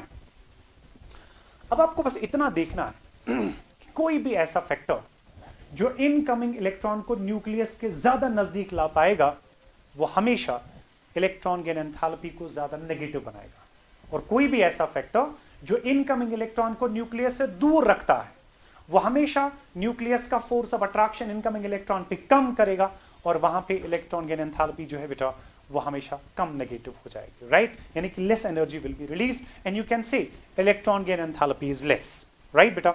अब उसी वेरिएशन के हिसाब से जब हम बात करेंगे across a period and down the group, जब हम अक्रॉस ए पीरियड जाते हैं फ्रॉम लेफ्ट टुवर्ड्स राइट, ठीक है, from left towards right, you no, एक न्यूक्लियर चार्ज हर स्टेप पे इंक्रीज हो जाता है, साइज जो है बेटा वो डिक्रीज हो जाता है, इनकमिंग इलेक्ट्रॉन न्यूक्लियस के नजदीक भी आता है and in the mean time यहां से न्यूक्लियर चार्ज भी बढ़ रहा है, जिसकी वजह से न्यूक्लियस का force of attraction on the incoming electron ज्यादा हो जाएगा। जितना इनकमिंग इलेक्ट्रॉन पे न्यूक्लियस का फोर्स ऑफ अट्रैक्शन ज्यादा होगा बेटा उतना हमेशा याद रखिएगा ज्यादा एनर्जी रिलीज होगी, यानी कि electron gain enthalpy will be more negative. So across a period चूंकि न्यूक्लियर चार्ज बढ़ता है, साइज कम हो जाता है, न्यूक्लियस का force of attraction incoming electron पे ज्यादा हो जाता है, so electron gain enthalpy increases, यानी कि it becomes more negative. And similarly जब हम बात करेंगे बेटा डाउन द ग्रुप जो है साइज बढ़ता है बढ़ता है बढ़ता है बढ़ता है, इनकमिंग इलेक्ट्रॉन न्यूक्लियस से दूर दूर दूर दूर हो जाता है। सो जितना इनकमिंग इलेक्ट्रॉन न्यूक्लियस से दूर हो जाएगा बेटा उतना न्यूक्लियस का फोर्स ऑफ अट्रैक्शन उस पे कम होगा, उतना उस इलेक्ट्रॉन के ऊपर जब अट्रैक्टिव फोर्स कम हो गया तो कम एनर्जी रिलीज होगी, इलेक्ट्रॉन गेन एंथैल्पी जो है बेटा वो डिक्रीज हो जाती है। और याद रखें halogens have the highest negative electron gain enthalpy in the periodic table. क्यों? क्योंकि जो हेलोजेंस है उनकी वैलेंस शेल में ऑलरेडी 7 इलेक्ट्रॉन्स होते हैं, they are just 1 electron short of their octet, they are the strongest tendency to gain the electron ताकि वो अपना ऑक्टेट कंप्लीट कर सके। दैट्स व्हाई जब वो इलेक्ट्रॉन गेन करते हैं बेटा सबसे ज्यादा एनर्जी रिलीज हो जाती है और उनकी इलेक्ट्रॉन गेन एंथैल्पी जो है दैट बिकम्स मोस्ट नेगेटिव। और दूसरी बात ये है, आप अगर आप साइज की बात करेंगे हेलोजेंस का साइज सबसे कम होता है, न्यूक्लियर चार्ज उनका बहुत ज्यादा होता है, न्यूक्लियस का force of attraction incoming electron पे सबसे ज्यादा वहीं पे होगा, जिसकी वजह से बेटा ज्यादा एनर्जी वहीं पे रिलीज होती है। That's why there electron gain enthalpy is most negative. Right? अब यहाँ पे हमारे पास कुछ एक्सेप्शंस हैं। एक एक्सेप्शन ये है कि क्लोरीन की इलेक्ट्रॉन गेन एंथैल्पी फ्लोरीन से ज्यादा होती है, क्योंकि हमने वेरिएशन भी देखा कि टॉप से बॉटम की तरफ जब हम आएंगे तो जो इलेक्ट्रॉन गेन एंथैल्पी है दैट बिकम्स लेस नेगेटिव, यानी कि वो डिक्रीज हो जाती है। तो यहां पे अगर हम बात करेंगे बेटा तो यहां पे फ्लोरीन ऊपर आता है, क्लोरीन नीचे आता है। सो टॉप से बॉटम की तरफ आते आते इलेक्ट्रॉन गेन एंथैल्पी को कम नेगेटिव बनना चाहिए, यानी कि वो डिक्रीज होना चाहिए। मगर है उल्टा, क्लोरीन की इलेक्ट्रॉन गेन एंथैल्पी ज्यादा होती है as compare to that of fluorine. Now the point is why. एक सिंपल लॉजिक में आपको बताऊं बेटा, जब हम बात करेंगे फ्लोरीन की, फ्लोरीन जो है उसका साइज बहुत छोटा होता है और जिसकी वजह से उसकी इलेक्ट्रॉन डेंसिटी जो है बहुत ज्यादा होती है। और जब फ्लोरीन की अपनी इलेक्ट्रॉन डेंसिटी बहुत ज्यादा है तो इनकमिंग इलेक्ट्रॉन को इस इलेक्ट्रॉन डेंसिटी की वजह से एक स्ट्रॉन्ग रिपल्शन एक्सपीरियंस करना पड़ता है, और उस रिपल्शन की वजह से जो न्यूक्लियस का फोर्स ऑफ अट्रैक्शन इस इलेक्ट्रॉन पे, इनकमिंग इलेक्ट्रॉन पे होता है वो कम हो जाता है।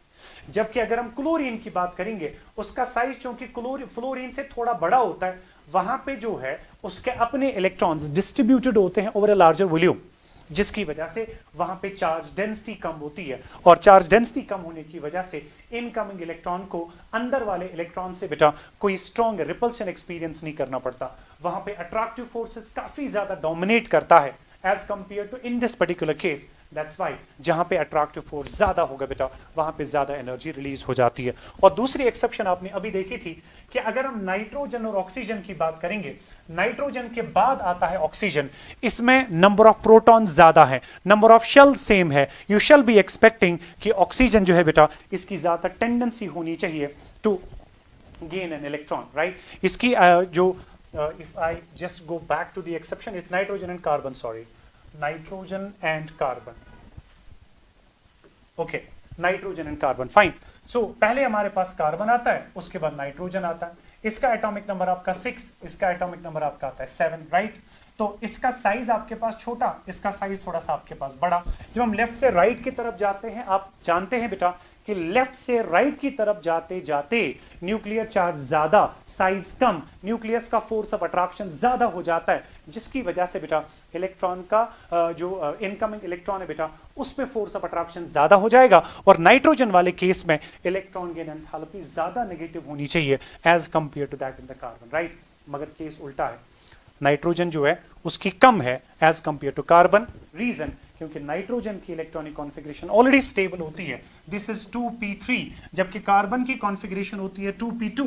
तो ये एक इलेक्ट्रॉन गेन करके किस में कन्वर्ट होगा, 2p3 में, तो ये स्टेबल बनेगा। तो इसकी स्ट्रॉन्ग टेंडेंसी रहेगी बेटा एक इलेक्ट्रॉन गेन करके अपने आप को स्टेबल बनाने की, जबकि नाइट्रोजन जो है वो ऑलरेडी बहुत स्टेबल है, वो इलेक्ट्रॉन गेन करने की टेंडेंसी नहीं रखेगा, जिसकी वजह से कार्बन की इलेक्ट्रॉन गेन एंथैल्पी ज्यादा होती है as compare to that of the nitrogen. वही मैंने कहा, कार्बन की ज्यादा होती है एज कंपेयर टू नाइट्रोजन, या मैं ये कहूं नाइट्रोजन की इलेक्ट्रॉन गेन एंथैल्पी कम होती है as compare to that of the carbon, fine. So this was about electron gain enthalpy, and then I'll be talking about the last one, that's electronegativity. Fine beta. So once we talk about the electronegativity, you know कि अगर कोई दो atoms मेरे पास हैं, for example A और B, they are bound to each other by means of a covalent bond, तो covalent bond में जो इलेक्ट्रॉन पेयर होती है, दोनों न्यूक्लियर कोशिश करते हैं इस इलेक्ट्रॉन पेयर को अपनी ओर अट्रैक्ट करने की, ए बी और बी। किसी भी कोवेलेंट बॉन्ड में एक एटम की कितनी टेंडेंसी होती है इस शेयर्ड पेयर ऑफ इलेक्ट्रॉन को अपनी ओर ड्रैग करने की, that tendency is what we call as electronegativity. Fine. The tendency of an atom to attract the shared pair of electrons in a covalent bond towards itself, that tendency is what we call as electronegativity. और हमारा दिमाग ये कहता है बेटा कि जहां तक इलेक्ट्रोनेगेटिविटी की बात है, चूंकि ये कैपेसिटी, ये टेंडेंसी है, इसका कोई यूनिट नहीं होता है, राइट। इसके कोई, जैसे इलेक्ट्रॉन गेन एंथैल्पी के यूनिट्स थे, आयोनेशन एंथैल्पी के यूनिट्स थे, इसका कोई एटॉमिक रेडियस का यूनिट होता है, एंगस्ट्रॉम्स, नैनोमीटर्स वगैरह, इसका जो है कोई भी यूनिट नहीं होता बेटा, ठीक है। और ये जो इलेक्ट्रोनेगेटिविटी हुआ करती है, इसको असल में मेजर किया जाता है using certain scales, like you talk of Pauling scale, you talk of Mulliken scale, you talk of Elrod-Rorschach scale, और सबसे ज्यादा स्केल जो हम यूज करते हैं that is the Pauling scale। और उस Pauling scale पे फ्लोरीन जो है बेटा, it is the most electronegative element, और इसकी जो इलेक्ट्रोनेगेटिविटी वैल्यू उस पे दी जाती है, that's 4.0, right. So this was about electronegativity. By definition होती क्या है, it is the tendency of an element to attract the shared pair of electrons towards itself in a covalent bond. Fine. दूसरी बात आप उसमें मेंशन करेंगे, electronegativity को major करने के लिए डिफरेंट स्केल्स का इस्तेमाल किया जाता है, जिसमें सबसे ज्यादा कॉमन स्केल जो है जिसको यूज किया जाता है उसको हम बोलते हैं पॉलिंग स्केल, राइट। उसको हम बेटा पॉलिंग स्केल के नाम से जानते हैं, और उस पॉलिंग स्केल के हिसाब से fluorine is the most electronegative element in the periodic table with electronegativity value of 4, right. बात करेंगे फैक्टर्स, किन किन फैक्टर्स पे इलेक्ट्रोनेगेटिविटी डिपेंड करती है। अब कॉमन सेंस की बात यह है बेटा कि ये सबसे पहले जो है साइज पे डिपेंड करेगा, क्योंकि जितना ये एटम छोटा होगा, फाइन, मान लेते हैं कि दो एटम्स के बीच में कोवेलेंट बॉन्ड है, ये आपके पास है एक छोटा सा एटम, और ये दूसरा एटम जो है ये बड़ा एटम है, राइट। और इनके बीच में कोवेलेंट बॉन्ड है, यहाँ पे एक इलेक्ट्रॉन पेयर दोनों के बीच में मौजूद है, फाइन। जो आपके पास बड़ा एटम है, this shared pair of electron is far apart from its nucleus, जबकि it is more close to the nucleus of the smaller atom. जब छोटे एटम के नजदीक शेयर्ड पेयर ऑफ इलेक्ट्रॉन ज्यादा रही तो वहां पे इसका न्यूक्लियस इस इलेक्ट्रॉन पेयर को बेटा ज्यादा स्ट्रांगली अट्रैक्ट करेगा। सो जितना साइज एक एटम का कम उतनी उसकी टेंडेंसी इलेक्ट्रॉन पेयर को अट्रैक्ट करने की ज्यादा, because then the electron pair will be more close towards its nucleus. That's why electronegativity जो है बेटा छोटे एटम्स की ज्यादा होती है। फाइन। और उसके बाद जो है it depends upon the next one, that is the nuclear charge. You can just relate it yourself now. जहां पे किसी न्यूक्लियस में नंबर ऑफ प्रोटॉन ज्यादा होते हैं, न्यूक्लियर चार्ज ज्यादा होती है, वो electron shared pair of electron को बेटा अपनी ओर ज्यादा ड्रैग करेगा, मतलब ये उसकी इलेक्ट्रोनेगेटिविटी ज्यादा होगी। तीसरा, ऑक्सीडेशन स्टेट्स पे डिपेंड करता है बेटा। ऑक्सीडेशन स्टेट आप जानते हैं that represents the charge on the atom. और ये आपको पता है बेटा, जहां पे एक एटम के ऊपर मैग्नीट्यूड ऑफ पॉजिटिव चार्ज ज्यादा होगा, यानी कि उसका ऑक्सीडेशन स्टेट ज्यादा होगा, उतना वो इलेक्ट्रॉन डेफिशिएंट होता है। और जो एटम ज्यादा इलेक्ट्रॉन डेफिशिएंट होगा उसकी ज्यादा टेंडेंसी होती है to drag the electron pair towards itself, यानी कि जितना ऑक्सीडेशन स्टेट ज्यादा होगा उतनी इलेक्ट्रोनेगेटिविटी एक एटम की ज्यादा होती है। Similarly you talk about the hybridization as well. Once we are talking about hybridization, you know we have got different types of hybridations. You have gone through chemical bonding yesterday only. You talk about sp, sp2, sp3, sp3d, sp3d2, right? और आपने वहां पे देखा होगा कि sp hybridisation में s character 50% होता है, sp2 में s कैरेक्टर 33.33% होता है, sp3 में s कैरेक्टर 25% होता है, and then it further decreases. अगर कभी किसी मॉलिक्यूल में एक एटम आप देखेंगे बेटा, वो ऐसा हाइब्रिडाइजेशन लेके है जहां पे उसका एस कैरेक्टर ज्यादा है, तो याद रखना वो एटम वहां पे ज्यादा इलेक्ट्रोनेगेटिव होगा। मिसाल के तौर पर मेरे पास कार्बन कभी हाइड्रोजन के साथ या किसी एक्स एटम के साथ सिंगल बॉन्डेड है, कभी यही इस एक्स एटम के साथ डबल बॉन्डेड है, कभी यही इस एक्स एटम के साथ जो है ट्रिपल बॉन्डेड, ठीक है। या फिर मैं ये कहूं बेटा कि कार्बन जो है इसका कभी ट्रिपल बॉन्ड हुआ, कभी डबल बॉन्ड हो गया, कभी सिंगल बॉन्ड हो गया। यहां पे आप जानते हैं कार्बन का sp हाइब्रिडेशन होता है, यहां पे आप जानते हैं कार्बन का sp2 हुआ करता है, और जब सिंगल बॉन्डेड कार्बन होता है वहां पे आप जानते हैं उसका sp3 हाइब्रिडेशन होता है। यहां पे कार्बन में कार्बन का s कैरेक्टर जो होगा वो 50% होगा, जबकि यहां पे sp3 में कार्बन का s कैरेक्टर कितना होगा, दैट बी 25%। प्लीज रिमेंबर, जहां पे हाइब्रिडाइजेशन में s कैरेक्टर ज्यादा होता है ऑर्बिटल में, क्योंकि s orbital is more close to the nucleus of an atom, तो जहां पे s कैरेक्टर ज्यादा होगा तो वहां पे न्यूक्लियस उस इलेक्ट्रॉन क्लाउड को, उस इलेक्ट्रॉन पेयर को जो बॉन्डिंग में इन्वॉल्व है बेटा, उसको ज्यादा स्ट्रांगली अपनी ओर अट्रैक्ट करेगा, जिसकी वजह से greater the s character of the orbital, more is the electronegativity of that particular atom. So carbon with sp hybridization is more electronegative as compared to carbon with sp2 hybridization as compared to carbon with sp3 hybridization. So this was about किस पे depend करता है। उसके बाद एक last point की बात करेंगे बेटा, that's variation of electronegativity across a period and down the group. अभी हमने देखा जितना एक एटम का साइज छोटा होगा, जितना उसकी न्यूक्लियर चार्ज ज्यादा होती है, उतना शेयर्ड पेयर ऑफ इलेक्ट्रॉन पे उसका फोर्स ऑफ अट्रैक्शन ज्यादा होता है, मतलब उसकी टेंडेंसी ज्यादा होती है to drag that shared pair of electron towards itself, यानी कि उसकी इलेक्ट्रोनेगेटिविटी ज्यादा, राइट। सो जब हम लेफ्ट से राइट की तरफ जाते हैं, साइज भी छोटा हो जाता है, न्यूक्लियर चार्ज भी बढ़ता है, जिसकी वजह से इलेक्ट्रोनेगेटिविटी जो है बेटा वो डेफिनेटली इंक्रीज हो जाएगी। और अगर हम टॉप से बॉटम की तरफ आते हैं, टॉप से बॉटम की तरफ आते आते साइज बढ़ता है बढ़ता है बढ़ता है, और जो वेल जो असल में electron pair of the covalent bond हुआ करती है वो उस एटम के न्यूक्लियस से दूर दूर होती चली जाती है। सो जितना किसी एटम का साइज बढ़ेगा, क्योंकि electron pair of the covalent bond उसके न्यूक्लियस से दूर होती जाएगी, जिसकी वजह से उसके न्यूक्लियस का इन्फ्लुएंस उस शेयर्ड पेयर ऑफ इलेक्ट्रॉन पे कम हो जाएगा, यानी कि उसकी इलेक्ट्रोनेगेटिविटी कम होगी। सो टॉप से बॉटम की तरफ साइज बढ़ने की वजह से इलेक्ट्रोनेगेटिविटी डिक्रीज हो जाती है, और लेफ्ट से राइट की तरफ जाते हुए इलेक्ट्रोनेगेटिविटी हमेशा इंक्रीज होती है due to decrease in the size, due to increase in the ionization and due to increase in the nuclear charge. Fine. So this was something about electronegativity और उसका वेरिएशन वगैरह क्या रहता है, ठीक है। एक ब्रीफ अगर हम इस चैप्टर को बेटा 2 मिनट में रिवाइज करें कि हमने इस चैप्टर में क्या क्या डिस्कस किया, हमने पहले पीरियोडिक टेबल के बारे में बात की, उसमें कुछ इंपॉर्टेंट चीज़ें थी जो मैंने आपके सामने रख दी। क्वेश्चन कैसे आता है वो सारी चीज़ें मैंने आपके सामने रख दी है। उसके बाद जो है हमने पीरियोडिक प्रॉपर्टीज़ की बात की बेटा, उसमें 4 बहुत इंपॉर्टेंट थी, atomic radius, ionisation enthalpy, electron gain enthalpy and then we talk of the electronegativity. इन चारों पीरियोडिक प्रॉपर्टीज़ के बारे में एक कॉमन क्वेश्चन जो हर साल पूछा जाता है, कभी एक के बारे में कभी दूसरे के बारे में, उस प्रॉपर्टी की डेफिनेशन, उस प्रॉपर्टी का वेरिएशन। प्लीज़ ये वेरिएशन याद रखिएगा, किस प्रॉपर्टी का क्या हो जाता है जब हम अक्रॉस ए पीरियड जाते हैं, जब हम डाउन द ग्रुप आ जाते हैं। और एक इंपॉर्टेंट चीज़ याद रखें बेटा कि इन पीरियोडिक प्रॉपर्टीज़ में से ये पीरियोडिक प्रॉपर्टीज़ कौन कौन फैक्टर्स पे डिपेंड करते हैं बेटा, उन सारे फैक्टर्स पे आप प्लीज़ नज़र रखिएगा। Thank you so much from my side, it was all from this particular chapter. I'll come back to you with the another chapter in the next couple of days. Thank you so much. Stay blessed. Allah Hafiz.